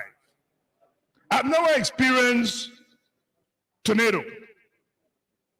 So that morning while we were going, I saw all these trees cut out, poles knocked out, buildings knocked out. And we drove and went to Doc's place. Doc came out, we sat in the living room and we talked, and I went, Chief, what happened to all the trees and poles and wires? Doc goes, but BJ, you didn't listen to the weatherman? I said, no, sir. He said, there was a tornado that passed through here last night. That single question taught me a lesson. Never to ever go to the next location in America without knowing what is happening. A single question. So family, I know we all share tears because we lost a friend, we lost a husband, we lost a father, we lost a grandfather. But let us rejoice that you have someone whose legacy will transcend all of us sitting out here. Someone whose legacy has brought up young and future leaders of our country. Someone whose mark on the path of democracy we cannot deny. Someone who made the ultimate sacrifice. Someone who would have died on the second day of the April 6th crisis. He was sick on a base, very sick. And I gone to see him that morning. He was sitting with the late Pomoko in San Carlos. The three of them, they were just right the place. When I met all three of them outside on the Ecomore base. He goes, DJ, they think the way going, how long you think will last? I say, so from my estimate, probably 3 months or maybe about 6 months. He said, oh, no. We can't. I said, Chief. He said, but so what we're going to do? I said, Chief, we'll find a way, but it's still a little bit tight. So the decision was made for him to be taken out to Freetown. There was a man who didn't want to leave his country. There was a man who was sacrificing everything. And I want to thank all of those who were part of the story. They are here. It's not a guessing story. I'm hoping that one day somebody will sit down and put all of these ideas together as to how we got here. How this peace that we got was led by a group of persons who we all should remember. And I could go on and on and on, but I want to say thank you and thank you very much. Thank you. So moving, so reflective, and that's why we are here, to remember Dr. Amos Sawyer. Let me read excerpt from another international message sent, this time from Africa Forum. Africa Forum statement on the demise of His Excellency Professor Amos Claudius Sawyer, former President of the Republic of Liberia. We, members of the Forum for Former African Leaders of the State and Governance, Africa Forum, convey our heartfelt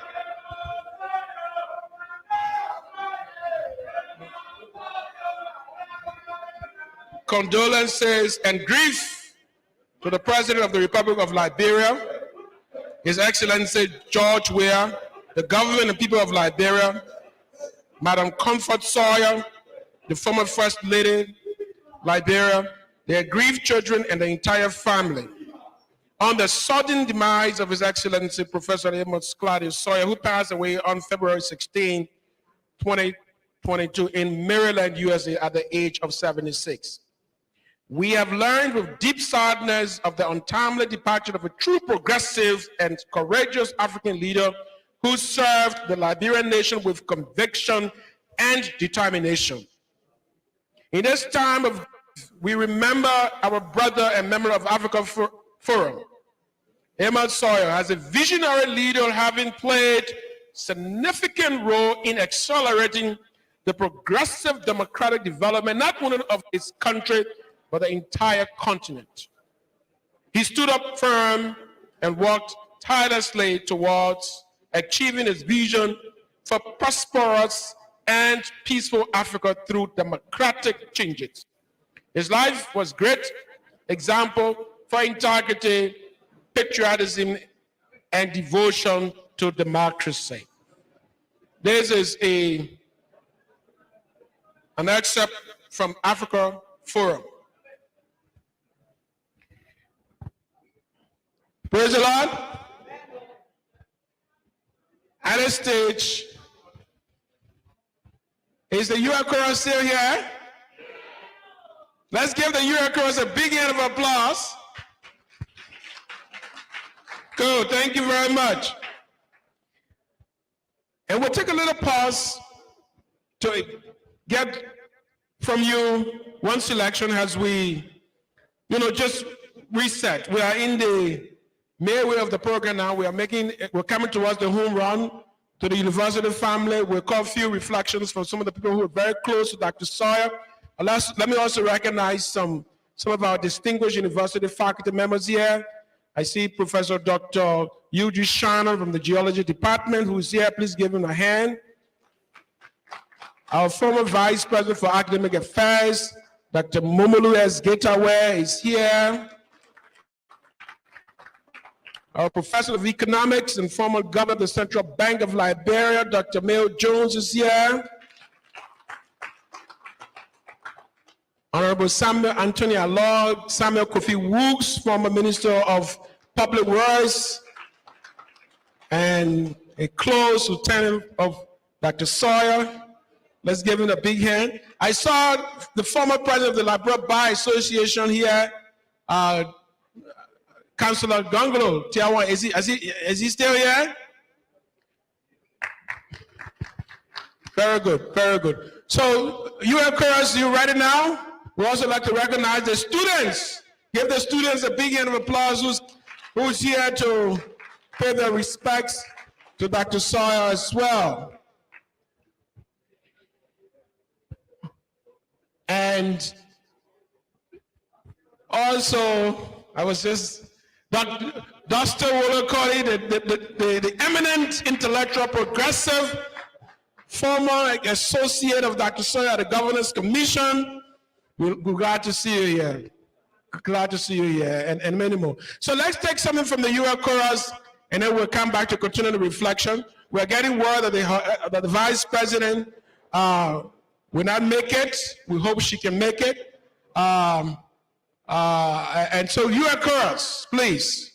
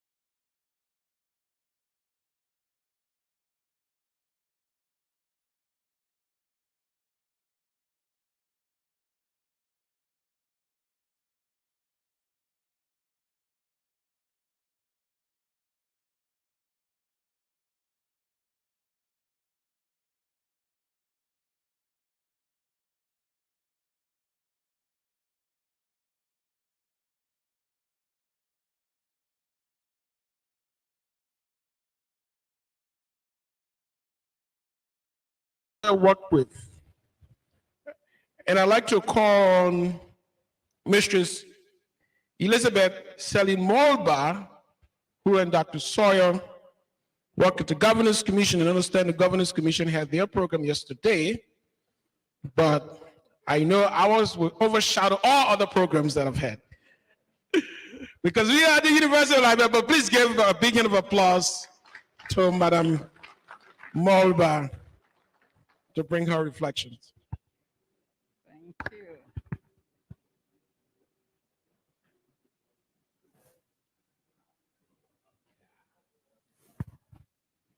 Let me recognize the university family, Sister Comfort and the Sawyer family, our partners, students, ladies and gentlemen, brothers and sisters. I want to thank the organizers of this program. Very unique, very befitting, and well-deserved of the honoree. Dr. Amos Claudius Sawyer, we all know, and like most of us here, was not born with a silver spoon in his mouth. But with his faith in God, a determined mind, great humility, selflessness, hard work, long suffering, sound education, this ordinary man was blessed with God to achieve extraordinary things in his life. And that's why we are here. That's why we're at the City Hall yesterday. That's why we'll be there tomorrow. That's why we'll be there Saturday. But it should not end after Saturday.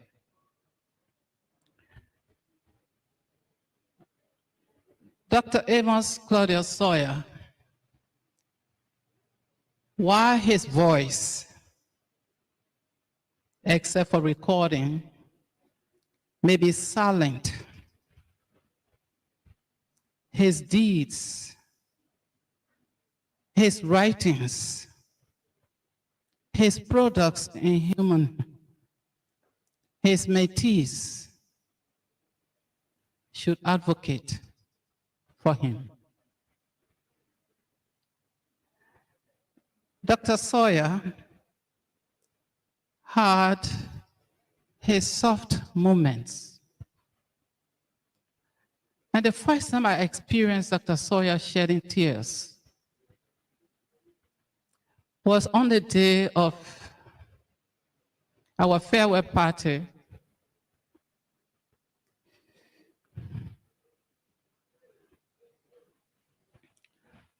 at the Governors Commission.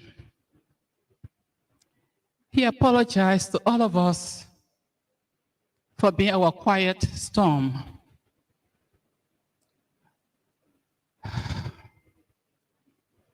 Pushing us to achieve nothing but the best for Liberia, for Africa, for the world. And since that day, I continue to wonder, why did Dr. Sawyer cry?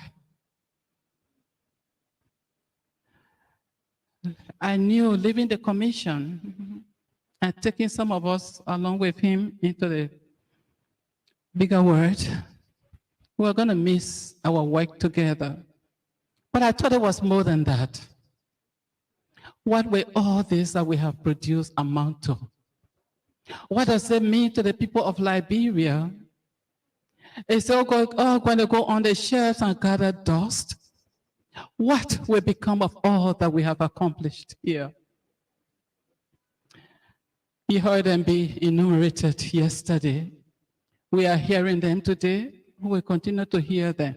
But he wondered, what will all this mean?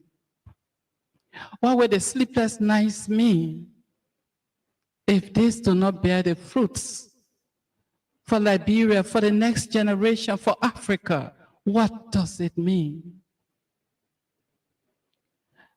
And so as I hear us talk about celebrating his legacy, let the celebration becomes our lives. Let's live his legacy. Each of us has a responsibility to make that happen. And there's no better place to mention that than here, the University of Liberia.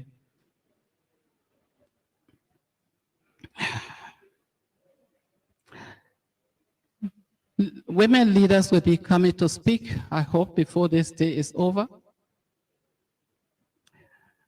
But my appeal to all of us, my challenge to all of us, is to live the legacy of this son of Liberia, son of Africa, and son of the world.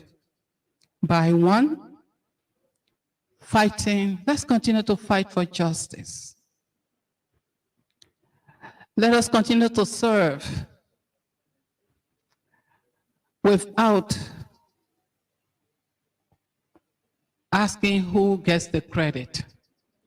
A lot of times, this is what slows our progress. Everybody wants to be known. Everybody wants to get the praises. But if for once we say it does not matter who gets the credit, once something gets done to benefit the community, then we'll be on our way to really, really live the legacy of Dr. Sawyer. I saw that in him. He pushed us, like I said yesterday about this driver. When you have made it, he didn't take the credit for it. Let's be advocates for peace. Let's adapt the 4 waiters of the Rotary International in our daily lives. The 4 waiters says, of the things that we think, say, or do, we should ask ourselves, is it the truth? Is it fair to all concerned, not just me and mine? Will it build goodwill and better friendships? And will it be beneficial to all concerned? We discussed it. He never became a Rotarian on the papers, but he lived ideals of Rotary. Selfless, service above himself. If in all that we think, say, or do, the answer to the 4-way test is yes, the world will be a better place. Let me close by reminding all of us that no one will live forever. I think we have all experienced the loss of loved ones. And thank God, he's not going to judge us by how long we live, because he determines that. But guess what? He's going to judge you by how well you lived.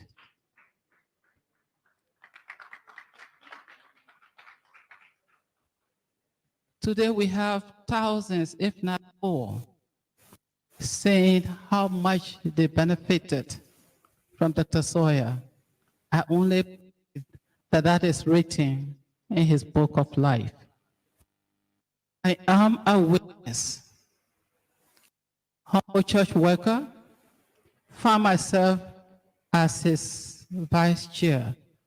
There can be no greater humble honor than to sit at the fountain of knowledge of this son of the soil. And whenever he sent me to represent him, I said, I cannot wear his shoes. How well are we living our lives? How many lives are we touching? When do we stop just thinking about me, myself, and mine, and look at the bigger picture that this man of the soil stood for. Sister Comfort and the family, let the name of your mother touch you. Let her be the comfort that you deserve at this hour. And for all of us, let me leave us with the prayer of serenity. That as we move on in life, may the good Lord grant us the serenity to accept those things that we cannot change. And you and I, we agree that death is one of them. We don't know when your name will be called. All we should do is be prepared. So may God grant us the serenity to accept this great loss. May He give us the courage to do those things that we can, and His divine wisdom to know the difference. May the life you live, speak for you in Jesus' name.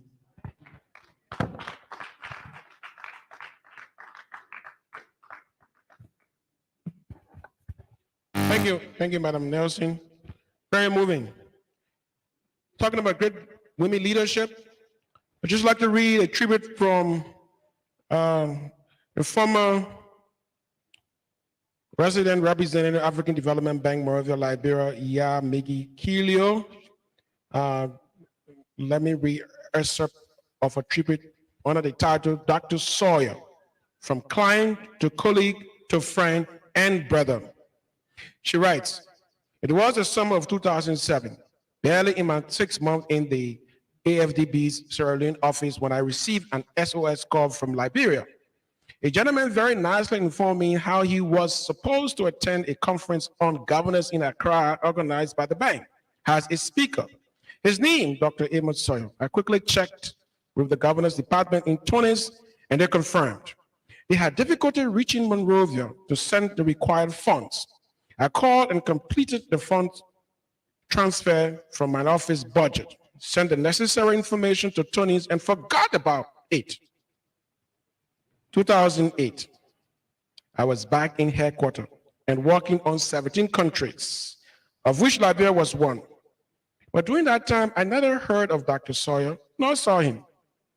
August 2011, I was fortunate to be selected to open the bank's new office in Monrovia and moved once again, having selected a site in Congo Town for the bank's office. I did my best to reach all stakeholders, paying courtesy calls while making sure everything was in place. The office had been in existence for 3 months when Dr. Sawyer was introduced. As I stood up to welcome the man, a warm, broad smile lit up his face. He was impeccably dressed in a khaki two-piece short-sleeve suit. I smiled back as he called out my name. So good to finally meet you, he said. You recall my calling you in free time? And he narrated the story that I had completely forgotten. It was my job to serve the bank, no more, no less. But my service from free time back in 2007 had meant a lot to him. So I listened, appreciating the man for the first time. He was now chair of the governance commission, and my employer was financing the project with the bank. He would need help because of lack of capacity. Over tea, he shared with me all the problems of the project. For the first time, I listened to a client provide me the most candid situation analysis of a project I had heard in my years in the bank. Of the project I had heard in my years in the bank. He spoke of the strength, weaknesses, opportunity risks of the project, keeping nothing from me.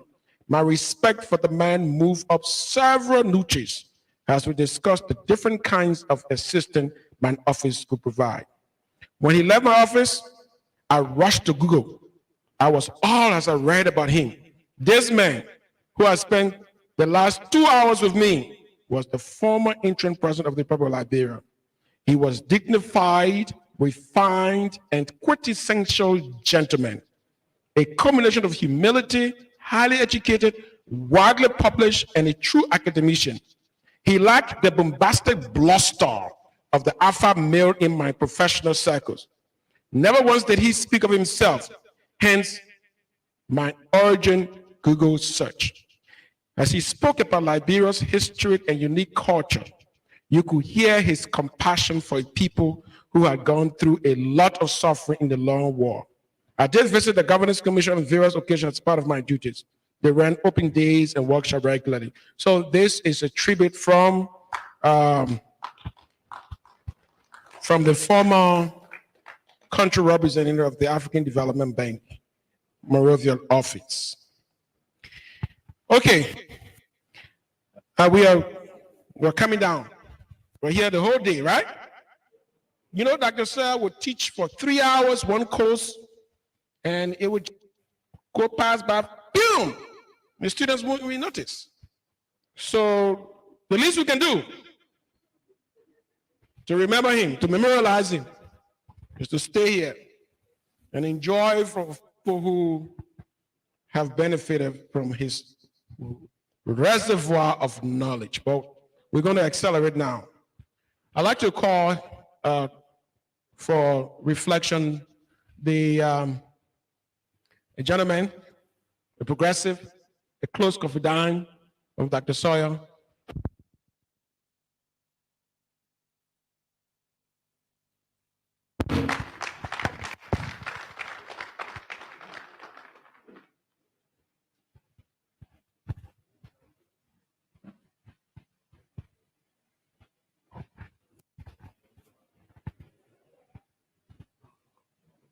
Thank you very much. I want to do this reflection, I think, taking off from Brownie, when he talked about the five-man council of state that was put in place. The framework had been put in place, as he said, the 5 men. That was one point. The next thing to do for who would be on the council. And the rules for the Council of State, the framework, was that MPFL would put 2, and IGNU would put 2, and a 5th person would be selected who was mutually acceptable to both sides and would be mutually acceptable to both.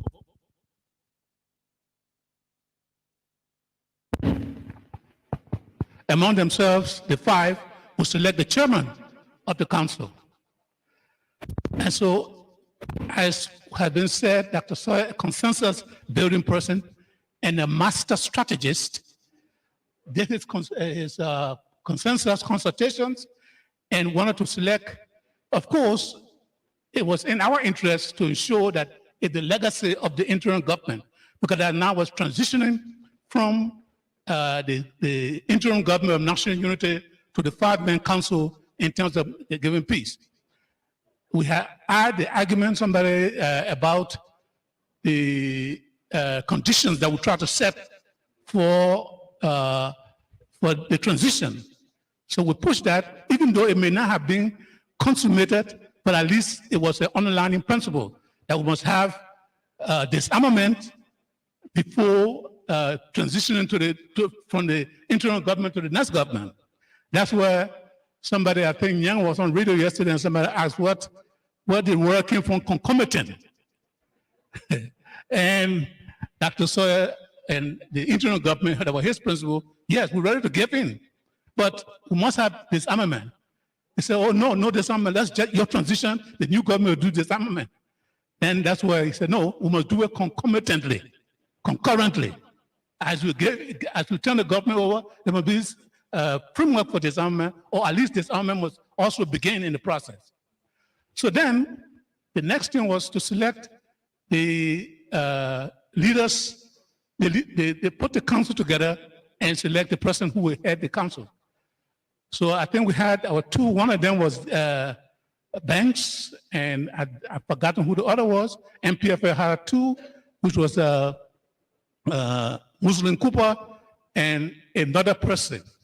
Now the 3rd person there was those in the interim government who was saying we should push banks as the banks will go there, because any of those five could have been the chairman of the council.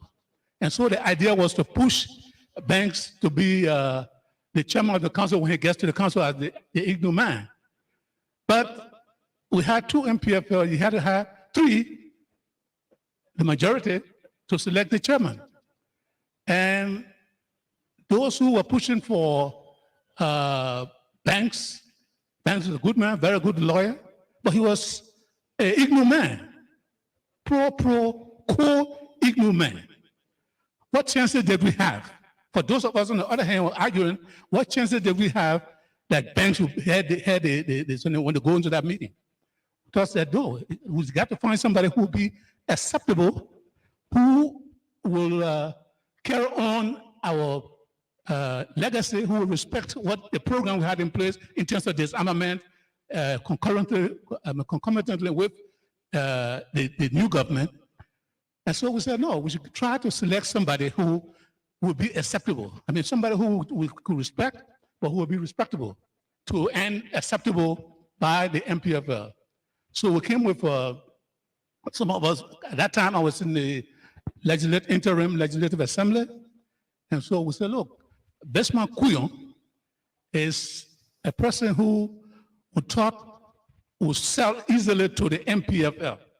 Since he was not seen as an IGNU man, since he was in the legislature as the speaker, because we are selecting a speaker, an eminent person from Bond County, well known. He was not seen as one of those Sawyer people or IGNU people. He would very well sell. And indeed, we went in and Besma Kuyon was selected by those 5 persons among them selected as chairman. But before the council got selected and they began to do something, and then, but the inauguration had not been done, in the installation of the chairman had not been done. In the process, we began to hear some ripples from Besma Kuyon, who we had put in as our man who hopefully will be selected as the chairman, and got elected as the chairman. I began to say some things that would not augur well for us. That indeed, he was talking to others what he would do with these people. These people who, all the things he used to do in the back, they did that in the past government, did all kind of stuff so to undermine the process. He would deal with them. So those things began to come back. So, I think we got a problem here. So as the one who was one of the strong advocates for Besma Kuyon, basically because I didn't think that Banks would get the chairmanship, that we should have Besma. So he called me and said, man, you don't get into trouble. I said, when it was all laid out, what Besma was doing, I said, well, no, I withdraw I withdraw. So we got to do something. What can we do? In the process, Taylor, MPFL withdrew one of the nominees, I think was Muslim Cooper, and brought in Isaac Musa. So, if you can withdraw in the process, then we also got a right to withdraw. So that was the whole there, right there, and therefore we had a chance to withdraw Besma Kuyon and put the support behind Pomapo.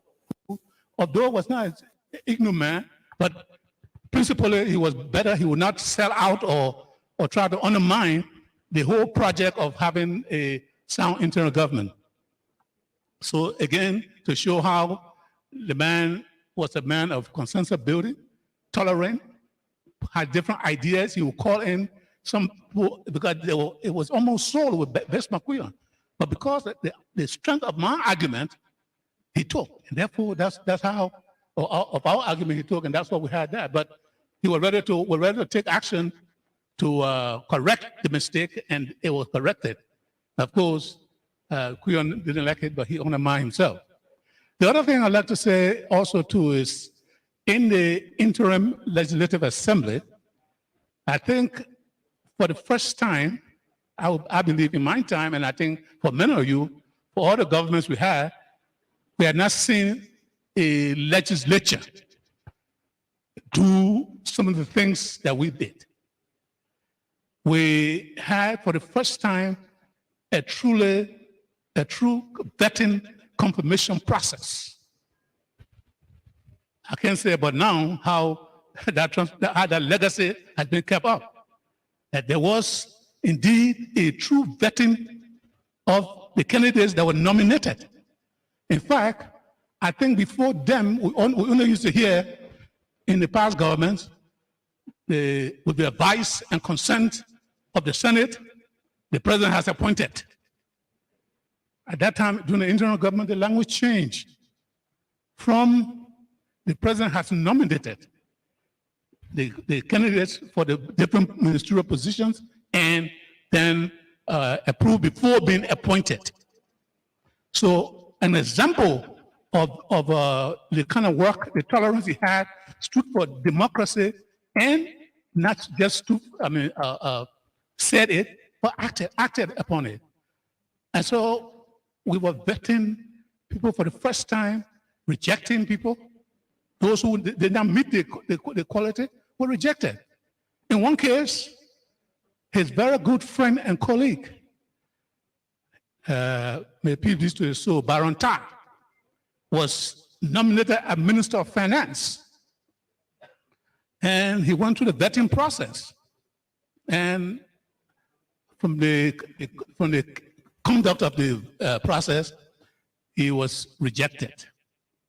Of course, the president had the option to renominate the person for consideration, for the legislature to reconsider their point. When he renominated and it came back, all efforts were done to try to remedy or repair the damages that he may have done to himself, but it was so overwhelming, whether they were those who were up for rejection were correct or not, but again, he was rejected. And Dr. Sawyer, of course, it hurt him very much, but he had to respect the wishes of the legislature, whether he liked it or not. He didn't like it at all, because Tar was a very qualified, competent person who would have served, in fact, to the point where the money that was printed that time, from the new denomination from JJ to the Liberty note, Tar signature, when the process was ongoing, he was just acting minister during the time. And so his signature is on that money. On that money, you can tell. And so he tried, and Tar felt that Dr. Sawyer did not do enough to protect him to a friend or so. But there was nothing he could do. And I can say, Sawyer, if you could help, you help. He was a loyal person, very loyal to his friends, very loyal to his family, I believe. And he did his best to save this, but I don't think Dr. Tar ever forgave him for that, because he felt maybe in the same old thinking, they couldn't catch up with the reality of the day, that you have to respect what you say you stood for, the democratic process. And so it ended up that Dr. Tar did not become Minister of Finance. And so these are some of the things we can say for sure speaks to the man's integrity, to his respect for the democratic process. He stood, he didn't like it, but he accepted it, and the process won. Thank you.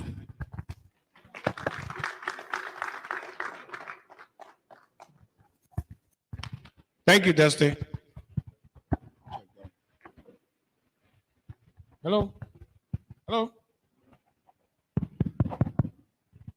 Okay.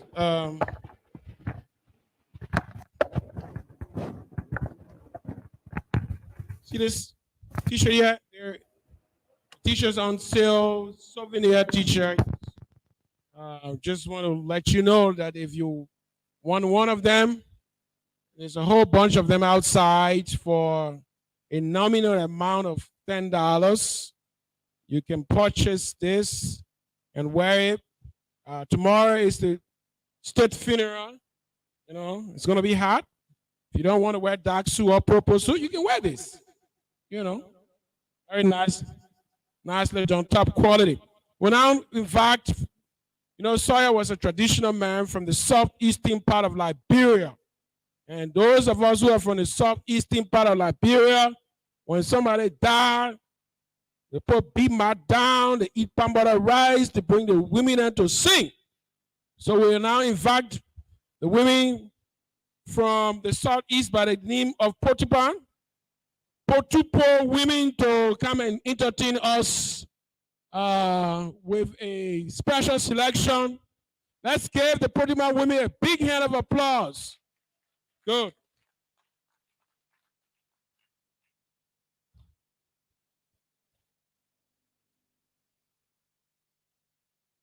They've been here since this morning singing, and they want to do something before they leave.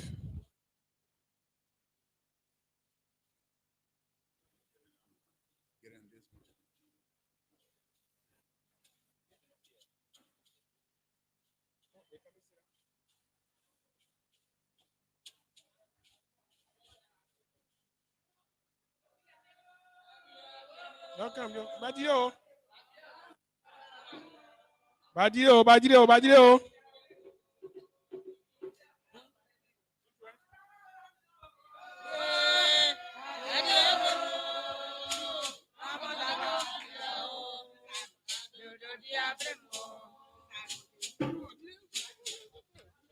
In Jesus' name. In Jesus' mighty name. We would like to do a song that says, we are not citizens of the world. One day, our Father will come for us. We are citizens of heaven. Remember, one day you go to your Father to have a peace life in Jesus' name.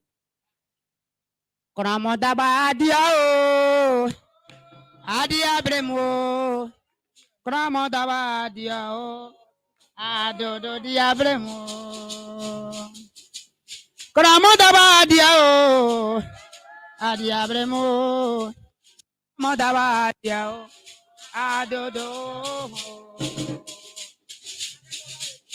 Nyambo Kramodaba adia, Adia bremo, Kramodaba adia. Adodo diabremo.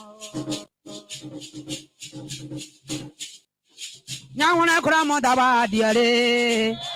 Adiabremo. Kramo daba diao. Adodo diabremo. Daba. Daba. Kramo daba. Adodo diabremo. Nyawana konyo. Tamani amre. Serio, Ogwa Gredio Mokanawa, Tatamani Amuneo, Tabao, Adimu, Adia, Baboya Swate, Takowa Sadia, Boya Watio, Madusranya Swao, Baboyo, Dana Quanere, Bodia, Mamma Maggio, Bokwanda, Mamma Daniel Swao, Babwa Dano, Dabao, Kramadabadia. Oh, oh, Nepal, wow, Ramadaba, no battle, yo. What is it on you? I said, you say, Amule, so come here and wait it up. Well, I did Ramadaba, battle, yo. None of me, I never got the free. I come back, wow. As a person in your body, and on your book at me, on a moon, I'm your Dabao, Ramadabad, you know.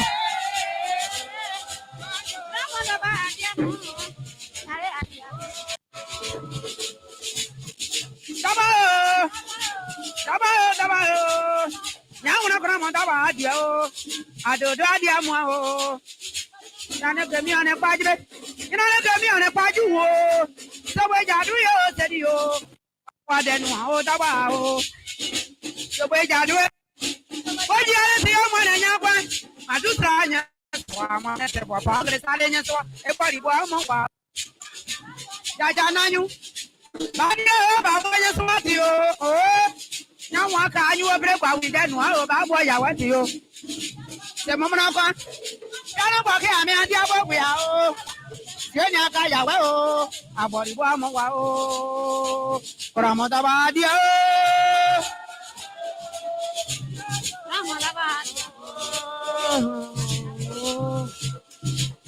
Yeah, never run in my about the border than it is as you go. Java, I got you back to a I'm not that no matter. As a question to you, I got an anya. What dear, hey,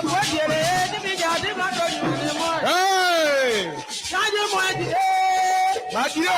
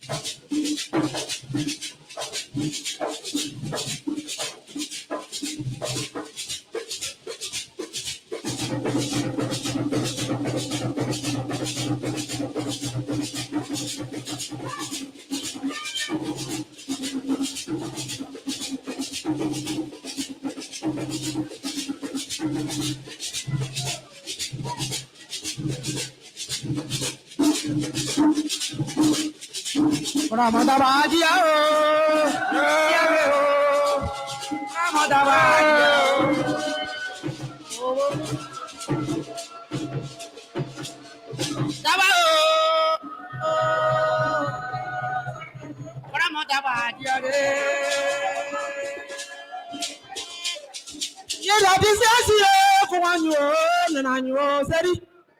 oh, hallelujah.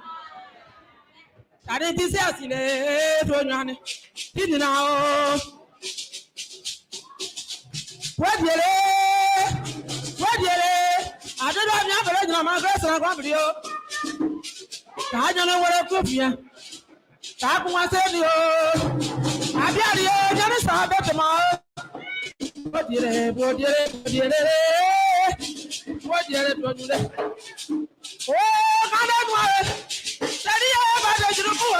My dress and original. No, we have about the drum of it, and a beauty. It had you about. Yes, I want money. Why you got a book? Why you didn't work it up? Oh, said you, and I knew my body will say nothing about it. Why you never come on that body.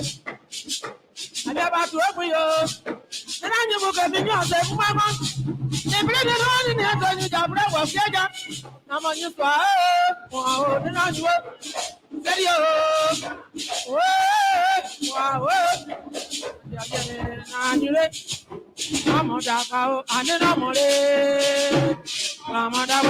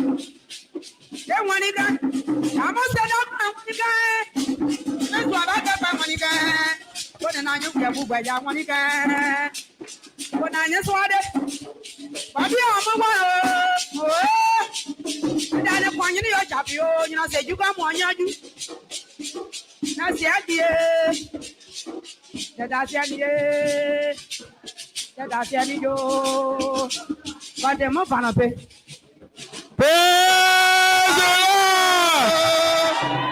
Praise the Lord!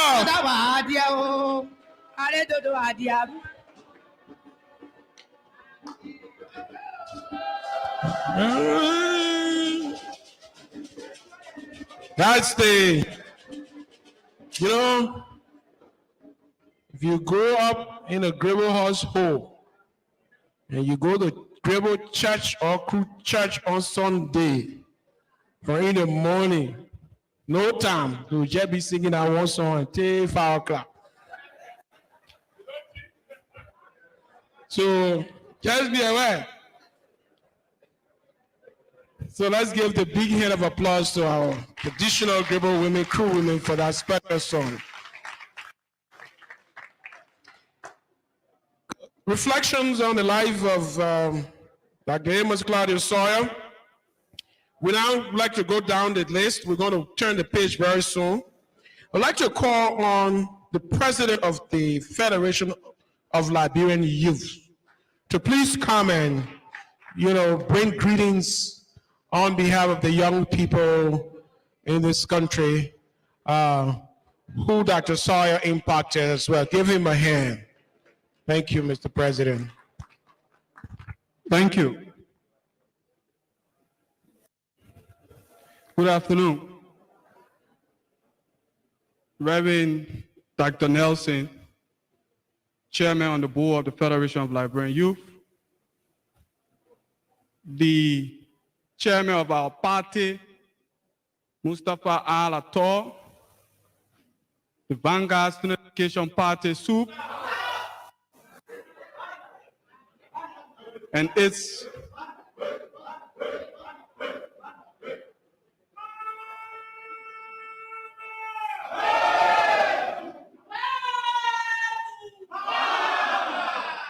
thank you. The bereaved family, other former and current government official presence. I had the opportunity to hear about Dr. Sawyer, and I also had the opportunity to have a first-hand information from himself. One story that I'm reminded of is that I was told that this day, when Dr. Sawyer was announced as interim president, there's an oral history, and it's for correction. But before then, he was in the midst of his comrades. And then there were conversations going on. And thereafter, the news came that he was to head the interim government. And I'm told there's a function at the Unity Conference Center where prior to then, he was in the midst of his comrades, like we all would do with our friends and peers. Hours after, the car picking up, and then he had to go to this conference center. And there, one of the comrades who he had been then realized that he was an interim president and decided to greet him as interim president. And then I'm told that turned around and said, comrade, we are together. And just listening and hearing from the daughter or a family member, that was a unique person. At one point in time, I can testify to it that he was a professor. Another point in time, he was seen as a serious statement. I had the privilege to work with the United Nations, and almost all of the international people that have had a conversation with in-person conversation, that was a respected young man, that was a respected man among them. I had the opportunity to serve as an international observer for the AU, and I'm in the room, and the observer mission, we're getting a debrief before being deployed. And then they announced that the head of the mission was coming in. Little did I know that the head of the mission was from Liberia. And Dr. Sawyer walked in. From that moment, I became the center of attraction. Because everyone, knowing the kind of person that is or was at the time, realized that I needed to stand up to excellence. So that managed that AU mission in a way that it made me proud. When I was on the field, and somewhere along the line, I got missing, and then I got his call. And then he said, "Young man, where are you?" I said, "Oh, damn, somewhere." And I really don't know. He said, "You better find a place and let me know." And I realized that this statement was a very caring father. But I'm proud that I had the time to interact with him personally. And I got to know him for myself. To the family in Liberia, we lost a great statement. To the progressive community, I say, you've left a vacuum. You need to recalibrate. The Dr. Sawyer is in our generation. How are you giving back to ensuring that that generation of Dr. Sawyer can be groomed and mentored to be able to answer to what the current U.S. ambassador said? What would Joseph Jengi Rawa say? In closing, Madam, our condolence. Dr. Sawyer, really a respected statement.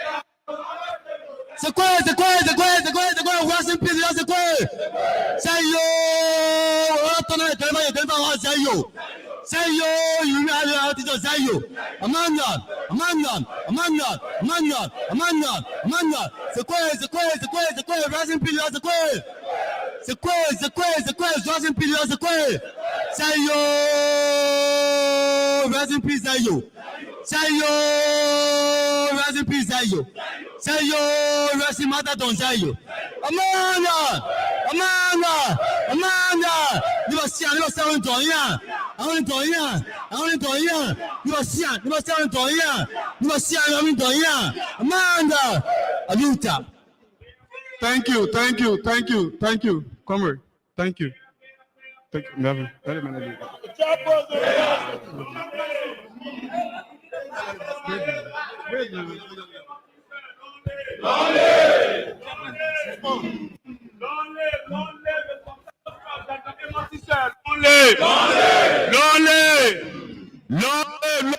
Lonely, come Amos Sawyer, lonely,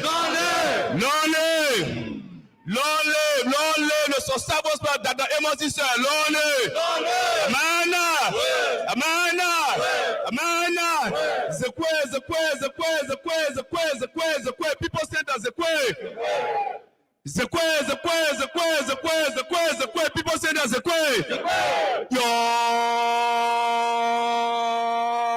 Yo, it's easy as you have to pay or tribute. Yo, it's easy as you have to recognize the effort. But you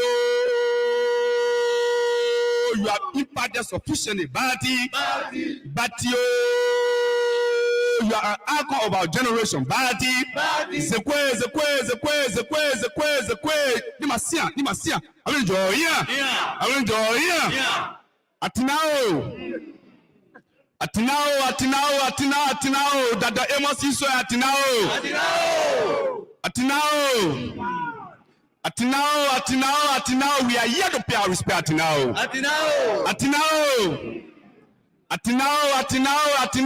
we are here to pay our respect, Atinao, Amana, Aluta. Thank you.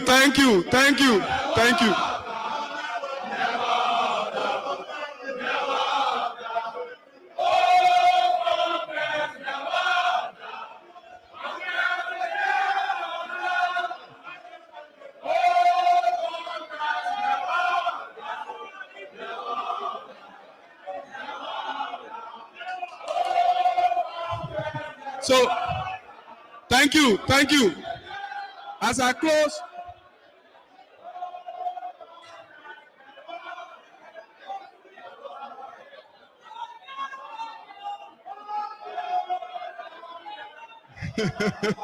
I'm sure we are all in the mood of being reminded about our students' days or day as a youth leader. So let this not bother you. This is a reminder of you home. Sophie at home. Thank you. So in closing, that's super. So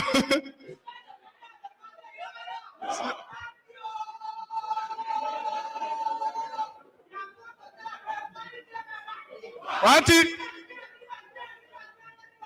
Here. There.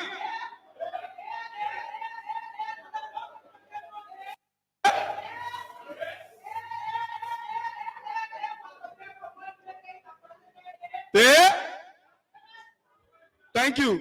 This was just to put all of us in the mood of our days at the university and being a very young person. So in closing, I'd like to aspect Federation of Liberian Youth, kind of person Dr. Sawyer was, this time at the university, because I was talking to one of my friends from Botswana, and the person said to me, Comrade, if Dr. Sawyer was in our country and hearing about his passing, there will be something that we will do to remember his days on earth. So maybe the university will have to consider naming something in honor of Dr. Sawyer. Dr. Sawyer deserved that, and as president of the Federation of Liberian Youth, I'd like to propose to the university that you consider that seriously, so that my generation, when we are to where you are, when we're answering to the question of the service of Dr. Sawyer, we'll reference that. Thank you so much, and God bless all of us. Thank you, Mr. President. It's no coincidence, as you were making your special remarks, members of your federation came here at the University of Liberia. This is the other part of our job that is very exciting.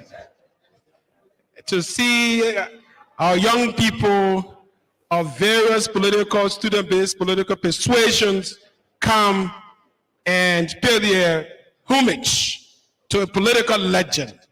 So we are thrilled by that. We're used to it. You know, the political music, you know, the militants got to come. We're playing this program, but you know, the militants will be here. They will charge this place. So thank you all.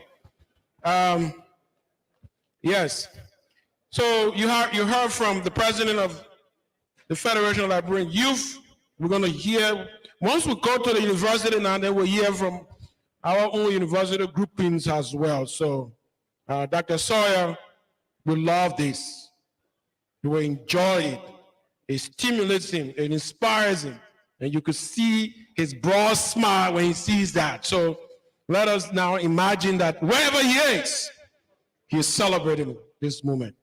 I'd like to call on, this program is organized by associates, comrades, friends of Dr. Sawyer, as well at the University of Liberia. So we want to call one of his associates, friends, somebody who worked with him, the progressive intellectual Samuel Woods, Anthony Samuel Kofi Woods. Please give him a big hand. A veteran of the Vanguard Party.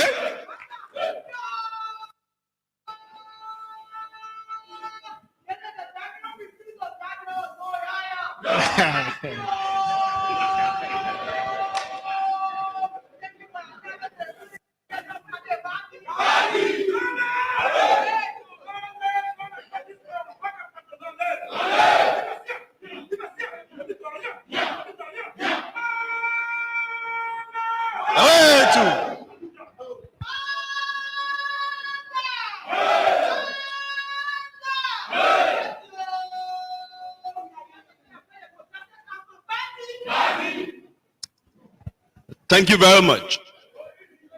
Madam Sawyer, members of the Sawyer family, dear friends and comrades. A few years ago in this very hall, as a student at this university, I was qualified by Dr. Sawyer to speak at this podium. As a student of Dr. Sawyer, as his protege, I'm happy today I weep not for Dr. Sawyer. I am very proud that I had the opportunity to learn from him and to join the ranks of progressive in this country. Dr. Tipote,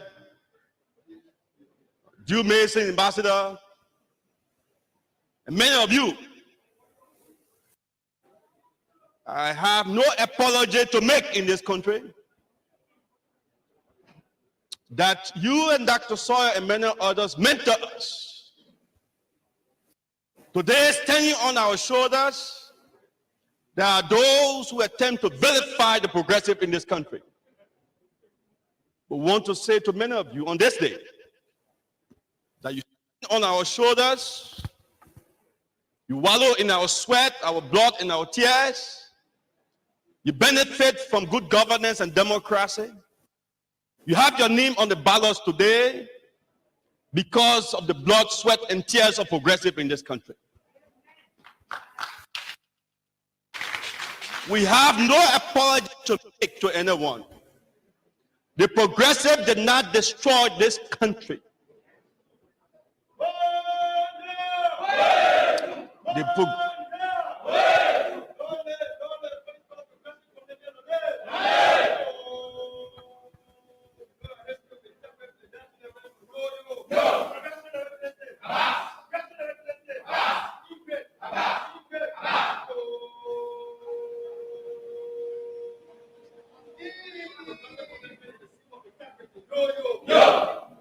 Our national intellectual icon has passed, but we are here.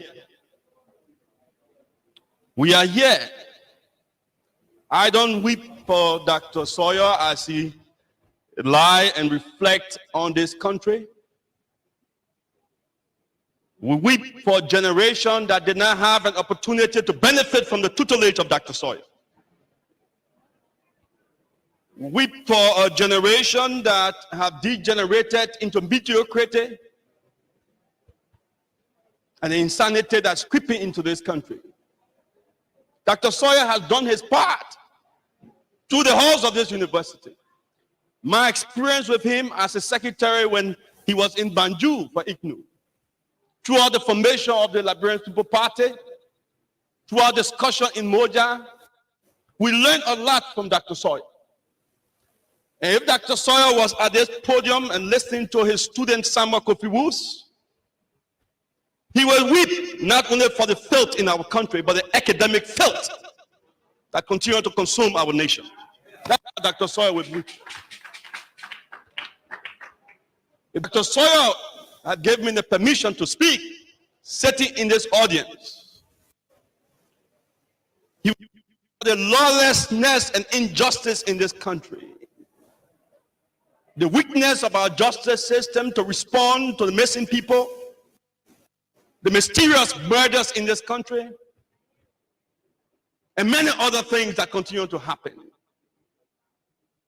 Oh, Dr. Sawyer, my friend, Dr. Sawyer. Today, I weep not for Dr. Sawyer, my friends. I will not narrate my personal experiences with Dr. Sawyer, because Dr. Sawyer was a philosopher. He looked to the future. He spoke about the future of this country. On this day, and taking a stand on the spot where he stood, I can only say that we have to work hard. We have a lot of work to do, my friends. If we have to pay a fit Dr. Sawyer, then we have to work hard. We have to work to revisit the ideology and philosophy of this university. We have to help Dr. Nelson, a young man of our generation, and many others, to help to clean the academic filth in our country. We have to work hard. We have to work hard because at this time, even the university has been accused of rationing degrees. We have to work very hard.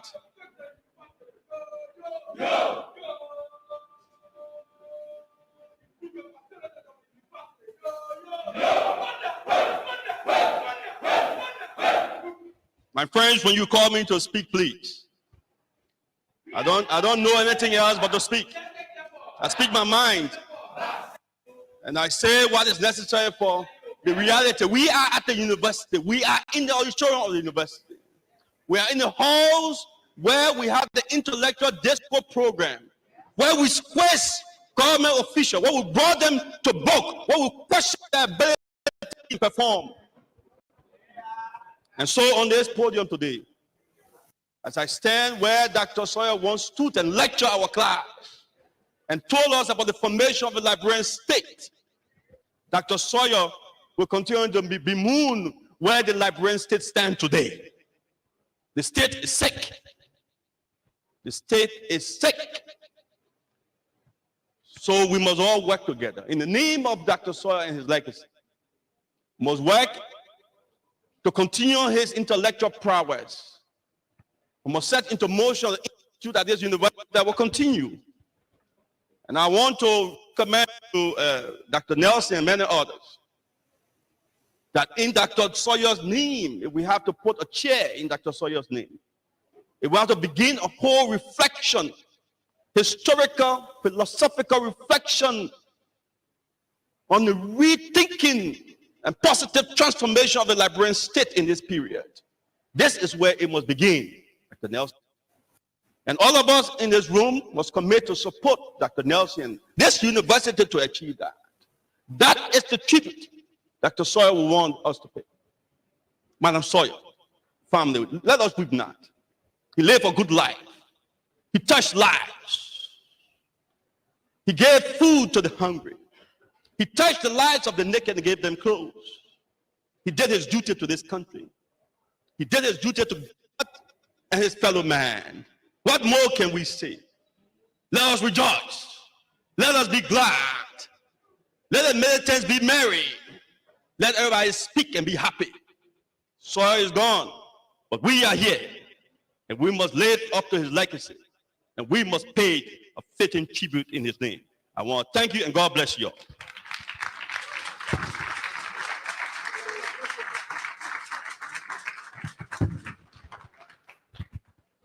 That was the voice of a veteran who calls himself a protege of Dr. Amos Claudius Sawyer.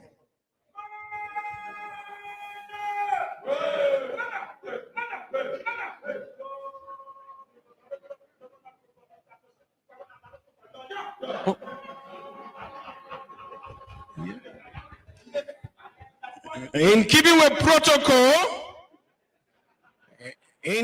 protocol, and the gracious recommendation from the young comrade in the back, we shall now acknowledge. I don't see him. Where is he?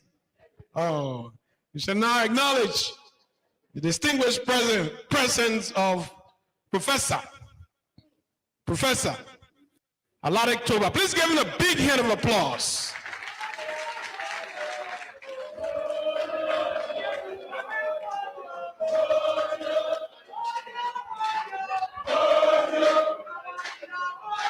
Claudia.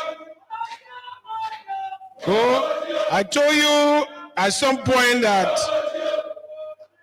a memory of Dr. Sawyer. Come here. Let me just say this. Because the program just starting. Some people say they won't go. Well, we here with University of Liberia. We here all day.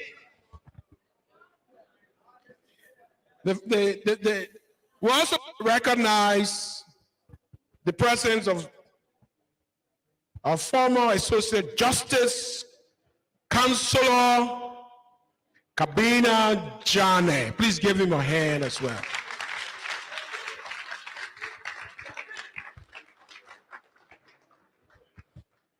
He is being involved in this planning and other planning programs in honor of Dr.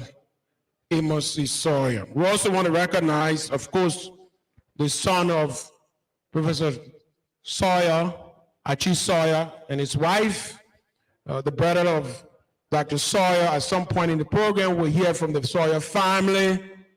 But ladies and gentlemen, reflections will now call on. We are almost ending with this second page, the third page, and then we're going to come to the last page. I'd like to call on for reflections the distinguished senator from Sanford County, who will speak on behalf of the caucus of Sanford County, Senator Milton Tieje. Please give him my hand.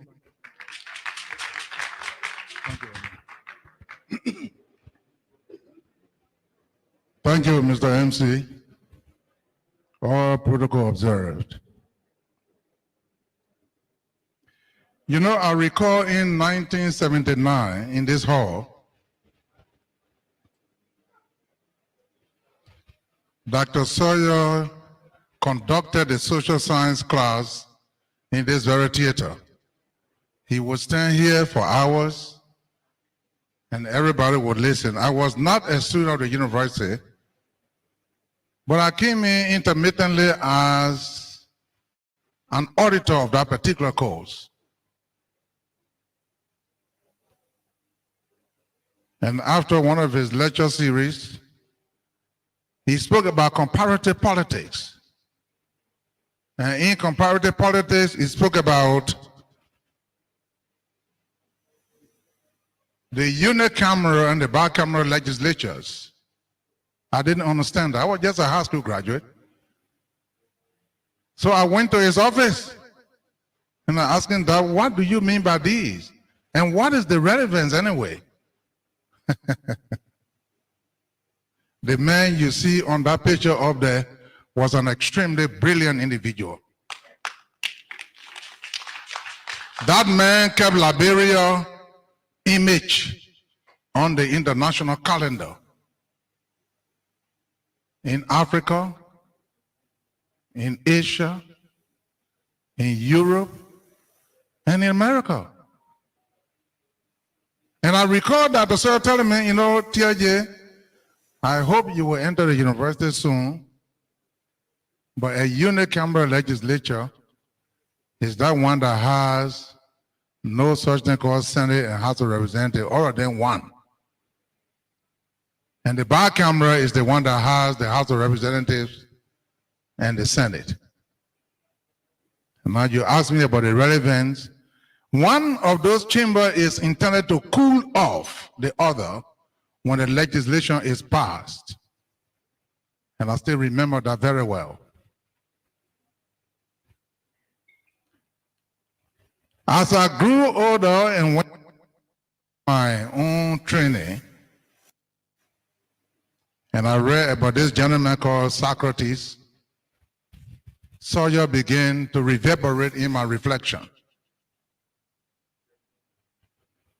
There were two competitive ideologies, philosophical ideologies in Athens, between the sophists and the rhetoricians. And Socrates represented the rhetoricians, actually the sophists. When you sit down and you listen to Amos Sawyer on the radio or in the audience, you wonder whether this man has different brains from the five senses that we all have. And Dr. Sawyer impacted me personally significantly when we went to the Liberian Study Conference in Washington, D.C., slightly off Michigan Avenue. There's a place, the Calipia called SMA. And Sawyer stood up there and spoke. And every Liberian who was in that audience was so proud to listen to him dissecting the politics of the world. Immediately at the end of that presentation, Dr. God Lebanon, who was also a professor at Indiana University, asked me, he said, Amos, I need you to please do me the introduction to my next book. We are talking about a gentleman whose life was deeply rooted in academia. Now, we keep talking about democratic transition in 2017, but we are leaving out a very historical moment. Now, woman JJ is sitting right here. Now, it was not a popular vote, but when Dr. Sawyer became president of the interim government, he was not appointed. It was the political parties that elected him in Banjul. And for the first time in my lifetime, Sawyer took his bike on his presidency. He sacrificed the presidency for the sake of democracy. Nobody pushed him out. When the time came and he saw the need for popular participation in the governance process to end the war, to go towards the ballot box, he said, well, my desire to be president should not supersede the need to democratize this country. I will let the presidency go.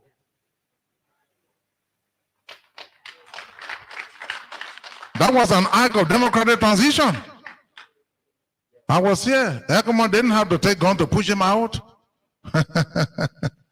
He decided he would step down. And Mr. Sawyer was here. He attended the women. And so, going slightly close to Honorable Wu's summation, besides the Brennan chair, this government of this republic should form a foundation to be named and start the Amos Sawyer Democracy Foundation. The Amos Sawyer Democracy Foundation. And we who are the professors working in government, we should lead the way. The university will enter the one that has the Sawyer chair. But we should have an institution that will bear and champion the legacy of Amos Sawyer. If we do it individually, we fail. Attempt to do it individually, we fail. We, the progressives, should call a meeting of ourselves, tax ourselves, turn that institution into one that can induce the appetite of foreign donors for Dr. Sawyer's legacy not to perish. As I'm about to leave you, I say here on behalf of the people of Sano, thank you for coming. The people of Sano want to say to the Sawyer family that they are with you in prayers. They are with you in prayers. I was planning on going to Sano this weekend, but I cannot until I participate in the interment of Dr. Sawyer. May the soul of this great man, the man who raised Liberia to the pinnacle of intellectualism in Africa, may his soul rest. Thank you very much. Thank you, Senator, as you spoke. And you said you used to come here to take part, to glean from the reservoir of knowledge, even though you were not a student here. However, when we came to the university, sadly, in post-war Liberia, Dr. Sawyer was not lecturing again. All we heard of his legacy. But Dr. Sawyer left men behind, men and women behind, to continue to teach. So even though he was not physically in front of us, but the people he trained, his proteges, taught us. And one person who taught us political science was a student, ladies and gentlemen. It's my pleasure to call on Professor Alaric Toba, who carried on the teaching legacy of Dr. Sawyer when he was in the Department of Political Science, to come and make some reflections. Please give the distinguished professor a big hand of applause.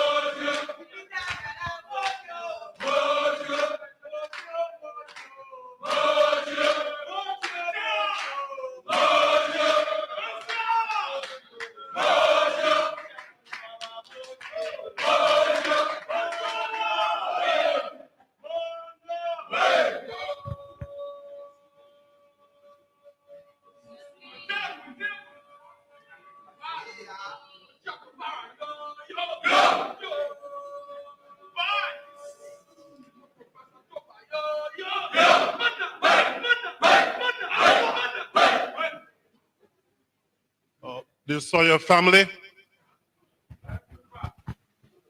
Dr. Nelson and the university family, Dr. Tipotai, Professor Amazing, Councilor Gongolo and the progressive community, men and women of the University of Liberia.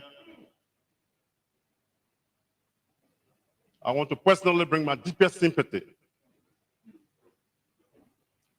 to the Sawyer family, the university community, the government and people of Liberia.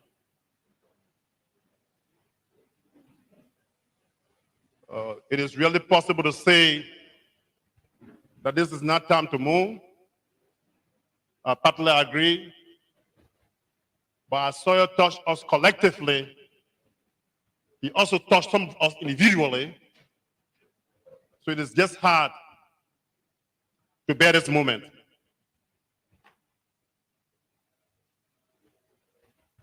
I'm one of the students of Dr. Amos Sawyer. And I worked with him at the University of Liberia in the political science department when he was dean.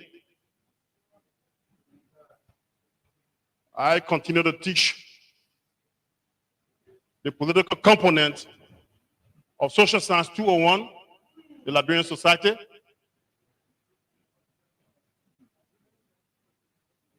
And Dr. Sawyer said to me, we need to consolidate this course. You know, in his characteristic brilliance, he had a way of couching language or bringing language together. That he was very excellent, a speaker.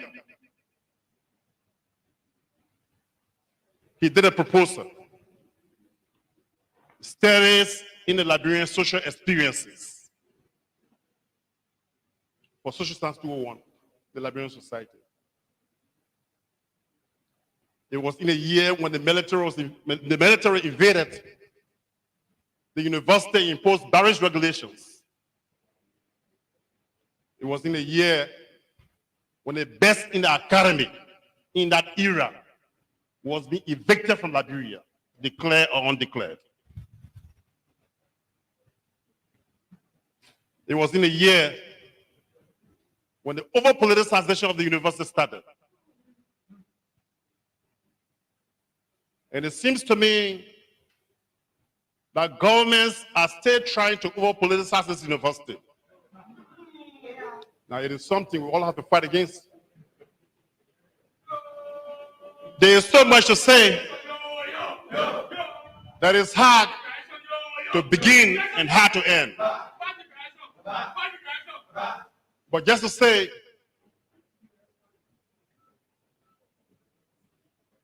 that a chair which invisibly or in reality already exists or should exist at this university, Amos Sawyer's chair is a chair that cannot be occupied by any Liberian. He was extraordinary in analysis. He served as a center of gravity in this country. Working with him in the university, in the national community, as a political leader, he had a capacity to bring opposing views face to face. He said to me, we the Liberians who occupy this space cannot kiss each other goodbye. So we have to learn how to talk to ourselves and to each other. That you could agree with him, you could disagree with him. He had a capacity to squeeze from your opinion the element of beauty or truth and even refine your own view and send it back to you for your own reconsideration.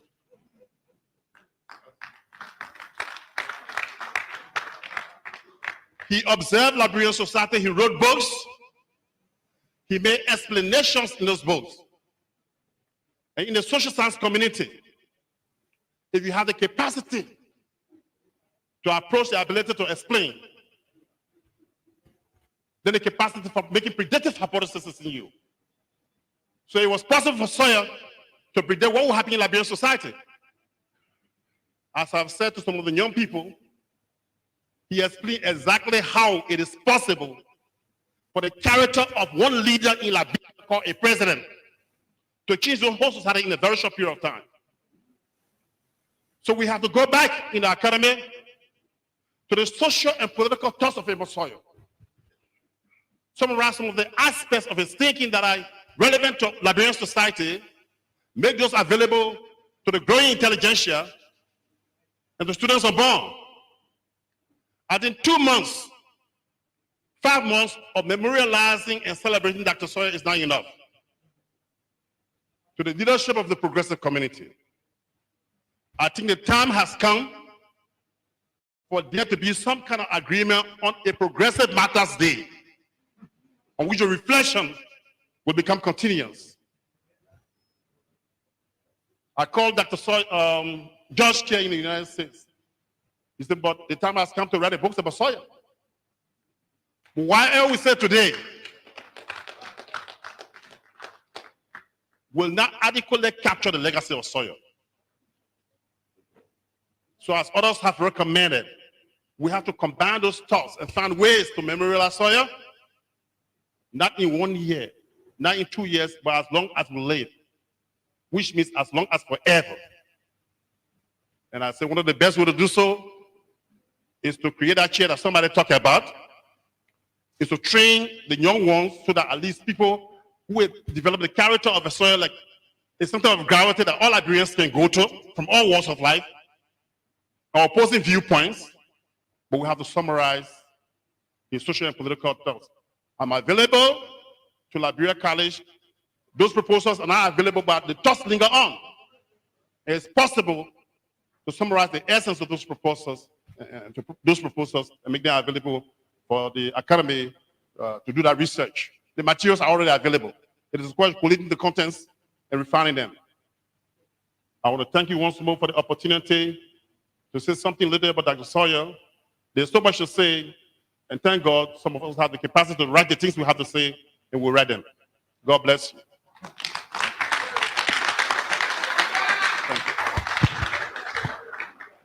Thank you, Professor. Thank you very much. Definitely, the challenge has been posed to us to memorialize Sawyer by cataloging some of his philosophies, his sayings, his teachings. Part of the reason why we're having this program also is to hear from the young people who never had the opportunity like the older generation, but then who came to know Sawyer either through his works or his service to this country. And so we'll call on the president of the Liberian National Student Union, Mr. Mohamed Kamara, and then he will be followed by the speaker of the Monrovia Youth Parliament, Mr. Daniel Nair. Mr. Kamara, please come to make your reflections. Thank you.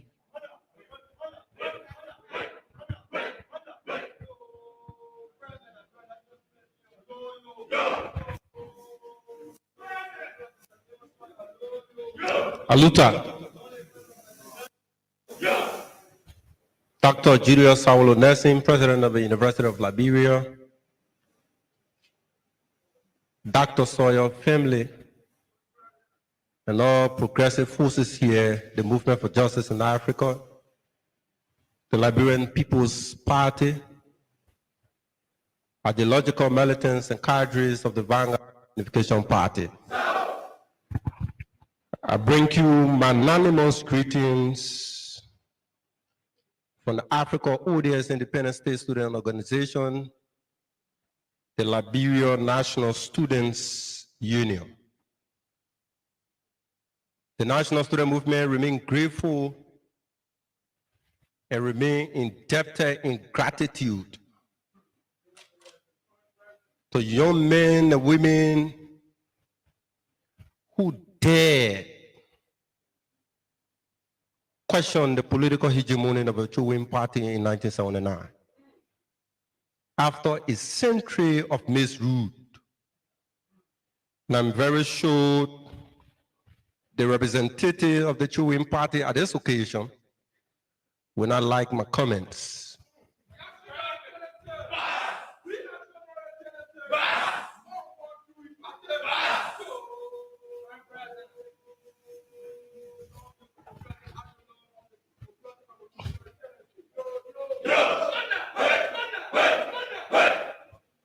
So we'd like to, in this public manner, we'd like to say all militants, young men who were part of the April 14, 1979, whether you call it Rest Riot, whether you call it the demand for rights, if you were part of the progressive forces, would like to say, do not be ashamed, stand up. We want to recognize you.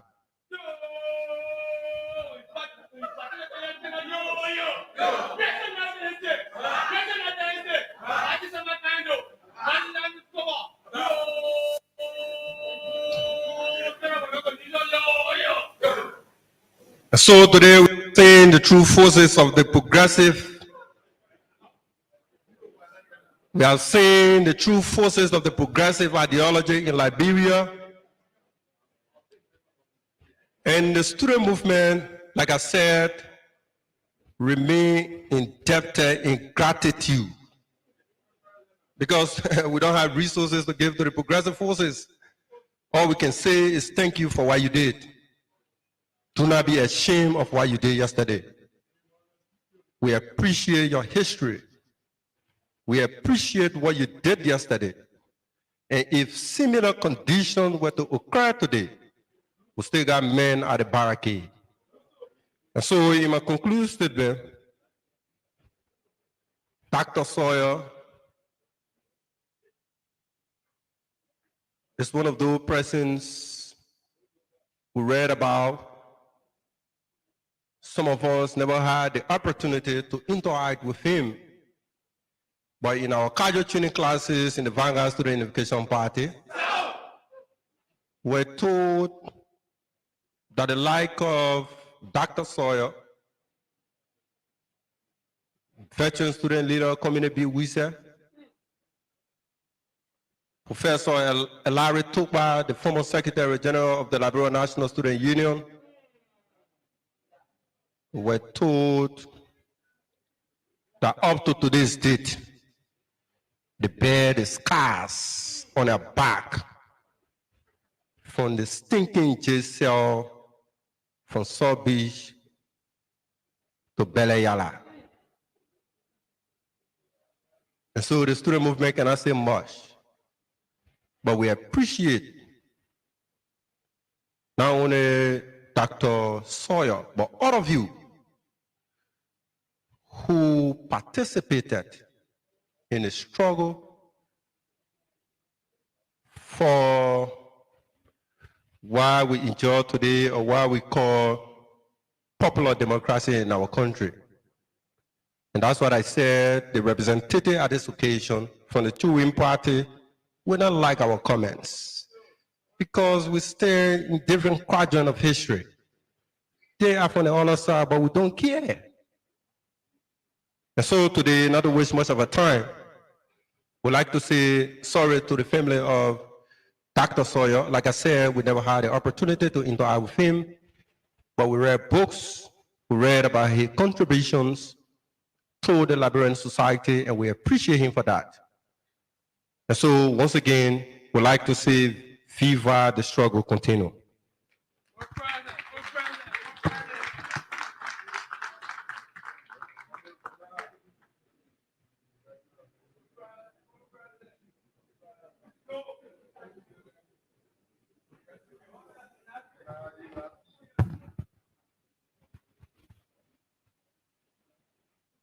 Aaron Nelson,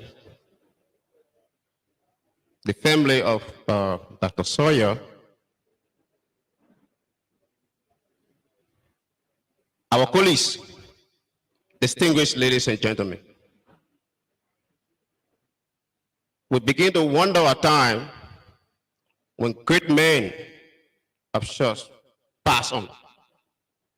It becomes a challenge to us from our generations as young people. Then the question remains, how can we replace the people? And this is the reason why when Africa ODS, mass-based student revolutionary kingdom, the Vanguard Student Unification Party, raises any issue that has to do with quality education, government must see reason to address it so that they can be able to fit into this kind of gap that's being created. Everybody has spoken. And for me, I don't even know where to begin. Whosoever spoke here, one thing they said, Dr. Sawyer was a fighter for social justice.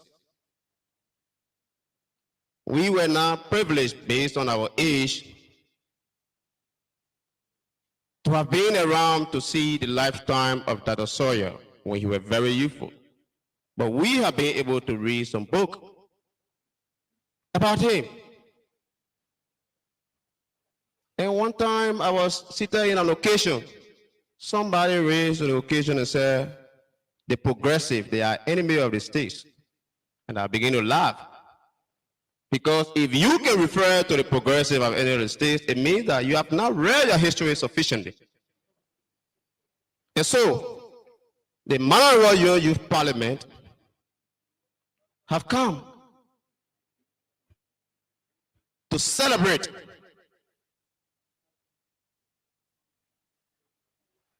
Dr. Sawyer for the life that he lived in and outside Liberia. We believe that he's distinguished himself very well.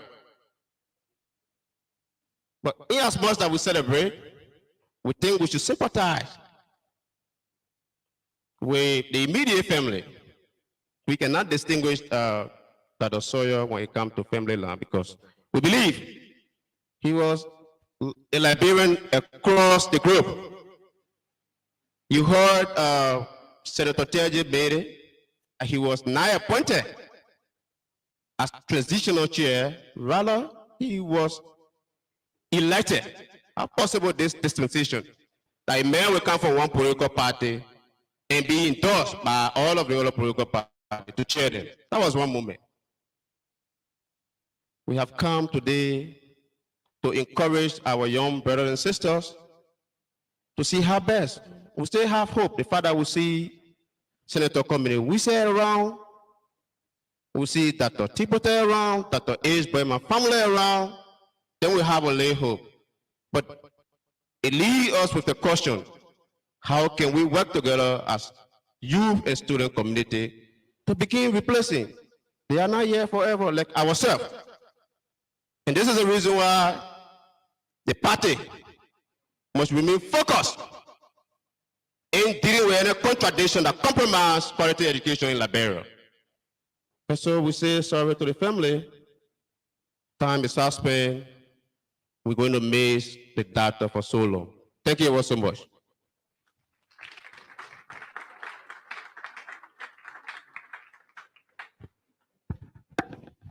Thank you, Mr. Speaker. As I said, one of the reasons we're having this program is to also hear from the young people. I believe so far we're doing progressively well in hearing from the young people of this country. And Dr. Sawyer will love that. All right, so we have several different organizations on the program. The protocol is that if you're here and your name is here, just acknowledge me, and then we give you the opportunity to say some. We're not going to call the names of these organizations for very obvious reasons. Momentarily, we're going to go to the University of Liberia family. Before the University of Liberia family begins to speak, we'll hear a redemption from the UL chorus. The chorus has to leave to continue the practice in 2 weeks. We're supposed to be having a similar program of this nature in honor of our former president, Dr. Emma A. Dennis. But before we call the University of Liberia chorus, I'd like to go back on page 3. I'd like to call Mrs. Lucia Maseli Yala to please come and give some reflections. Because of time, we ask your indulgence to please be brief. Can you please give her a big hand of applause as she comes as well? Thank you very much.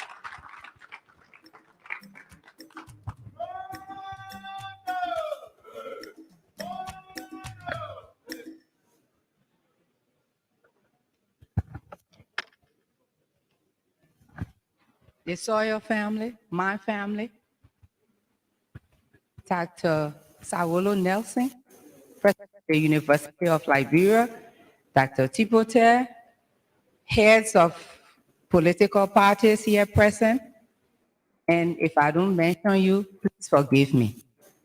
I'm trying to be brief. Okay, I was supposed to talk about Dr. Sawyer's leadership role with women. And Dr. Sawyer when he was professor in Mocha, he worked with 2 women groups. Mocha had an agricultural organization called Susuku, and this organization was based in Grand Gila County. This organization or project, the Susuku Project, was made up of women, men, young women, and young men. And as usual, it was a sore eye for the government, the Chewy Party government especially, because at that time, it took that uplifting or improving lives of our rural men and women and empowering women was being a socialist. So because of that, they decided to close the Susuku Project down. They not only closed it down right away, but they suppressed this organization to the point that Moja had to close it down. And as a report in 1981 by Mr. Siafa Kamara and our comrade, Professor Dr. Sawyer,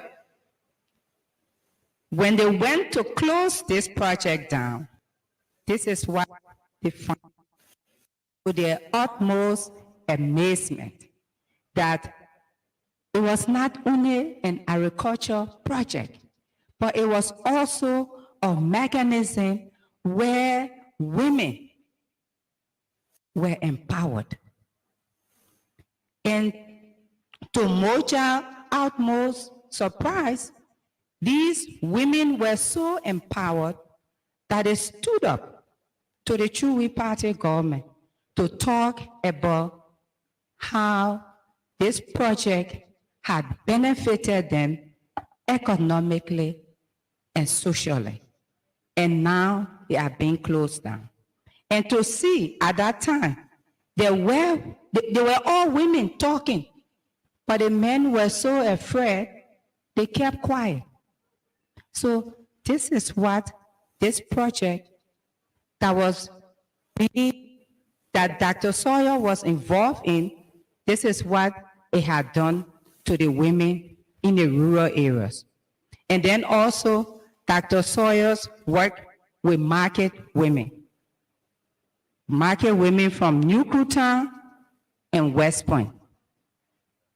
What we learned from our involvement and our work with these women was that they had so much experience and knowledge with their communities and grassroots members of these communities that they could get these communities to do whatever they wanted them to do. And this is something that the government did not have. Because the government did not know these people. But these community leaders knew them. Moja, Susuku knew these people. So in a sense, we can see why most people up here talk about the inclusive nature of Dr. Sawyer. So now we see where it comes from. Because of this inclusion, he was somebody that did not only work with you because you were of a higher class. He worked with you because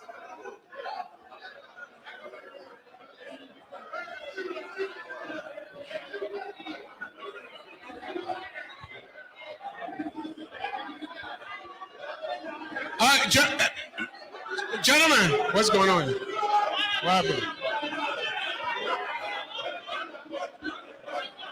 Gentlemen, hello. You give them a chance now.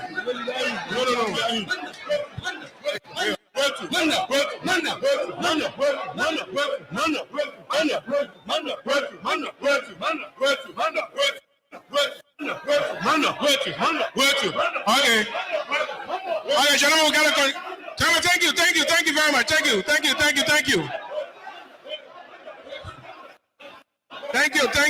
We gotta continue the program. Thank you. Thank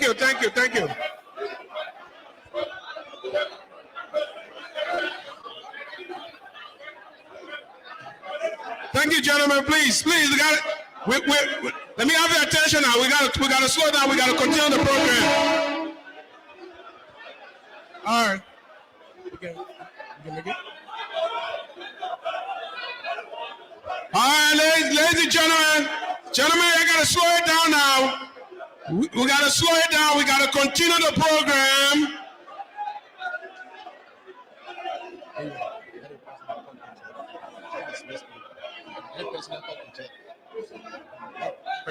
All right, madam. Go ahead. Okay. I know you're used to this. I know.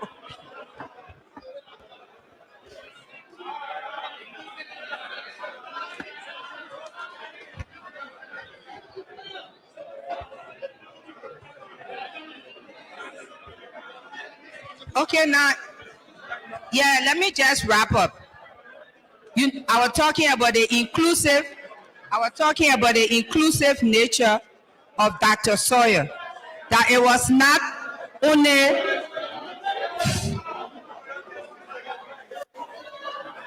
for professionals, but he also worked with the people from the grassroots.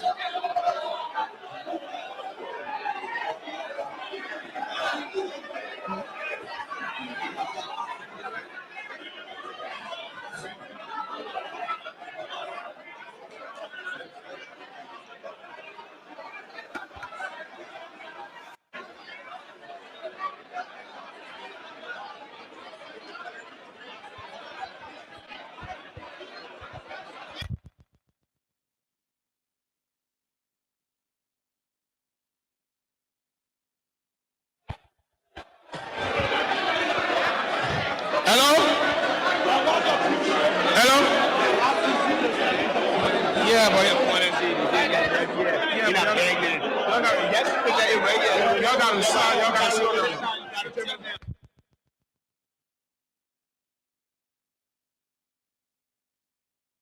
Gentlemen, we are having a program, okay? We are having a program. If you want to be in the program, you got to sit down and listen to the conversation, okay? We are here. We are having an important program. It's live on the radio. If you want to be part of the program, you got to sit down. Otherwise, you got to go outside. We're not going to disrupt the program. Yeah.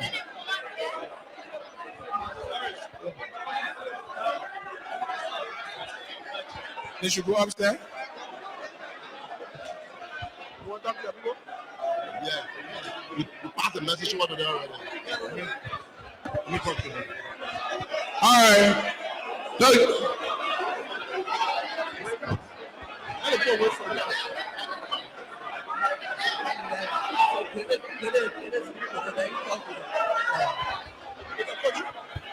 Yeah. Please. What instruction?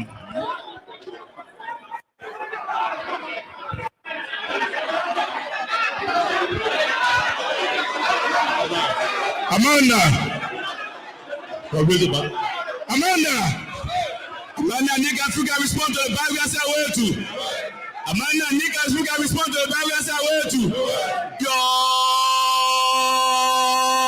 Your majesty, we are going to pay our respect, but Manager respond to the Bible, Bati. Zekwe, respond to the Bible, Zekwe, Dr. Sawyer, Zekwe,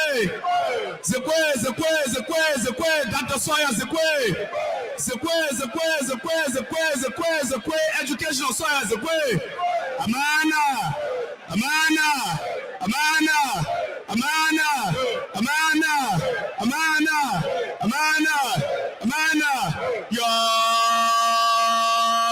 Yo, Dr. Sawyer, yo, Dr. Sawyer, yo, Dr. Sawyer, yo, Dr. Sawyer,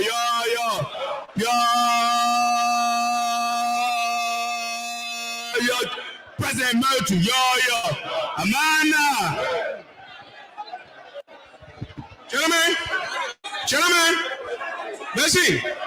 We're gonna end the program because of this, okay? If you guys don't leave outside, we'll end the program. Please. This is unacceptable.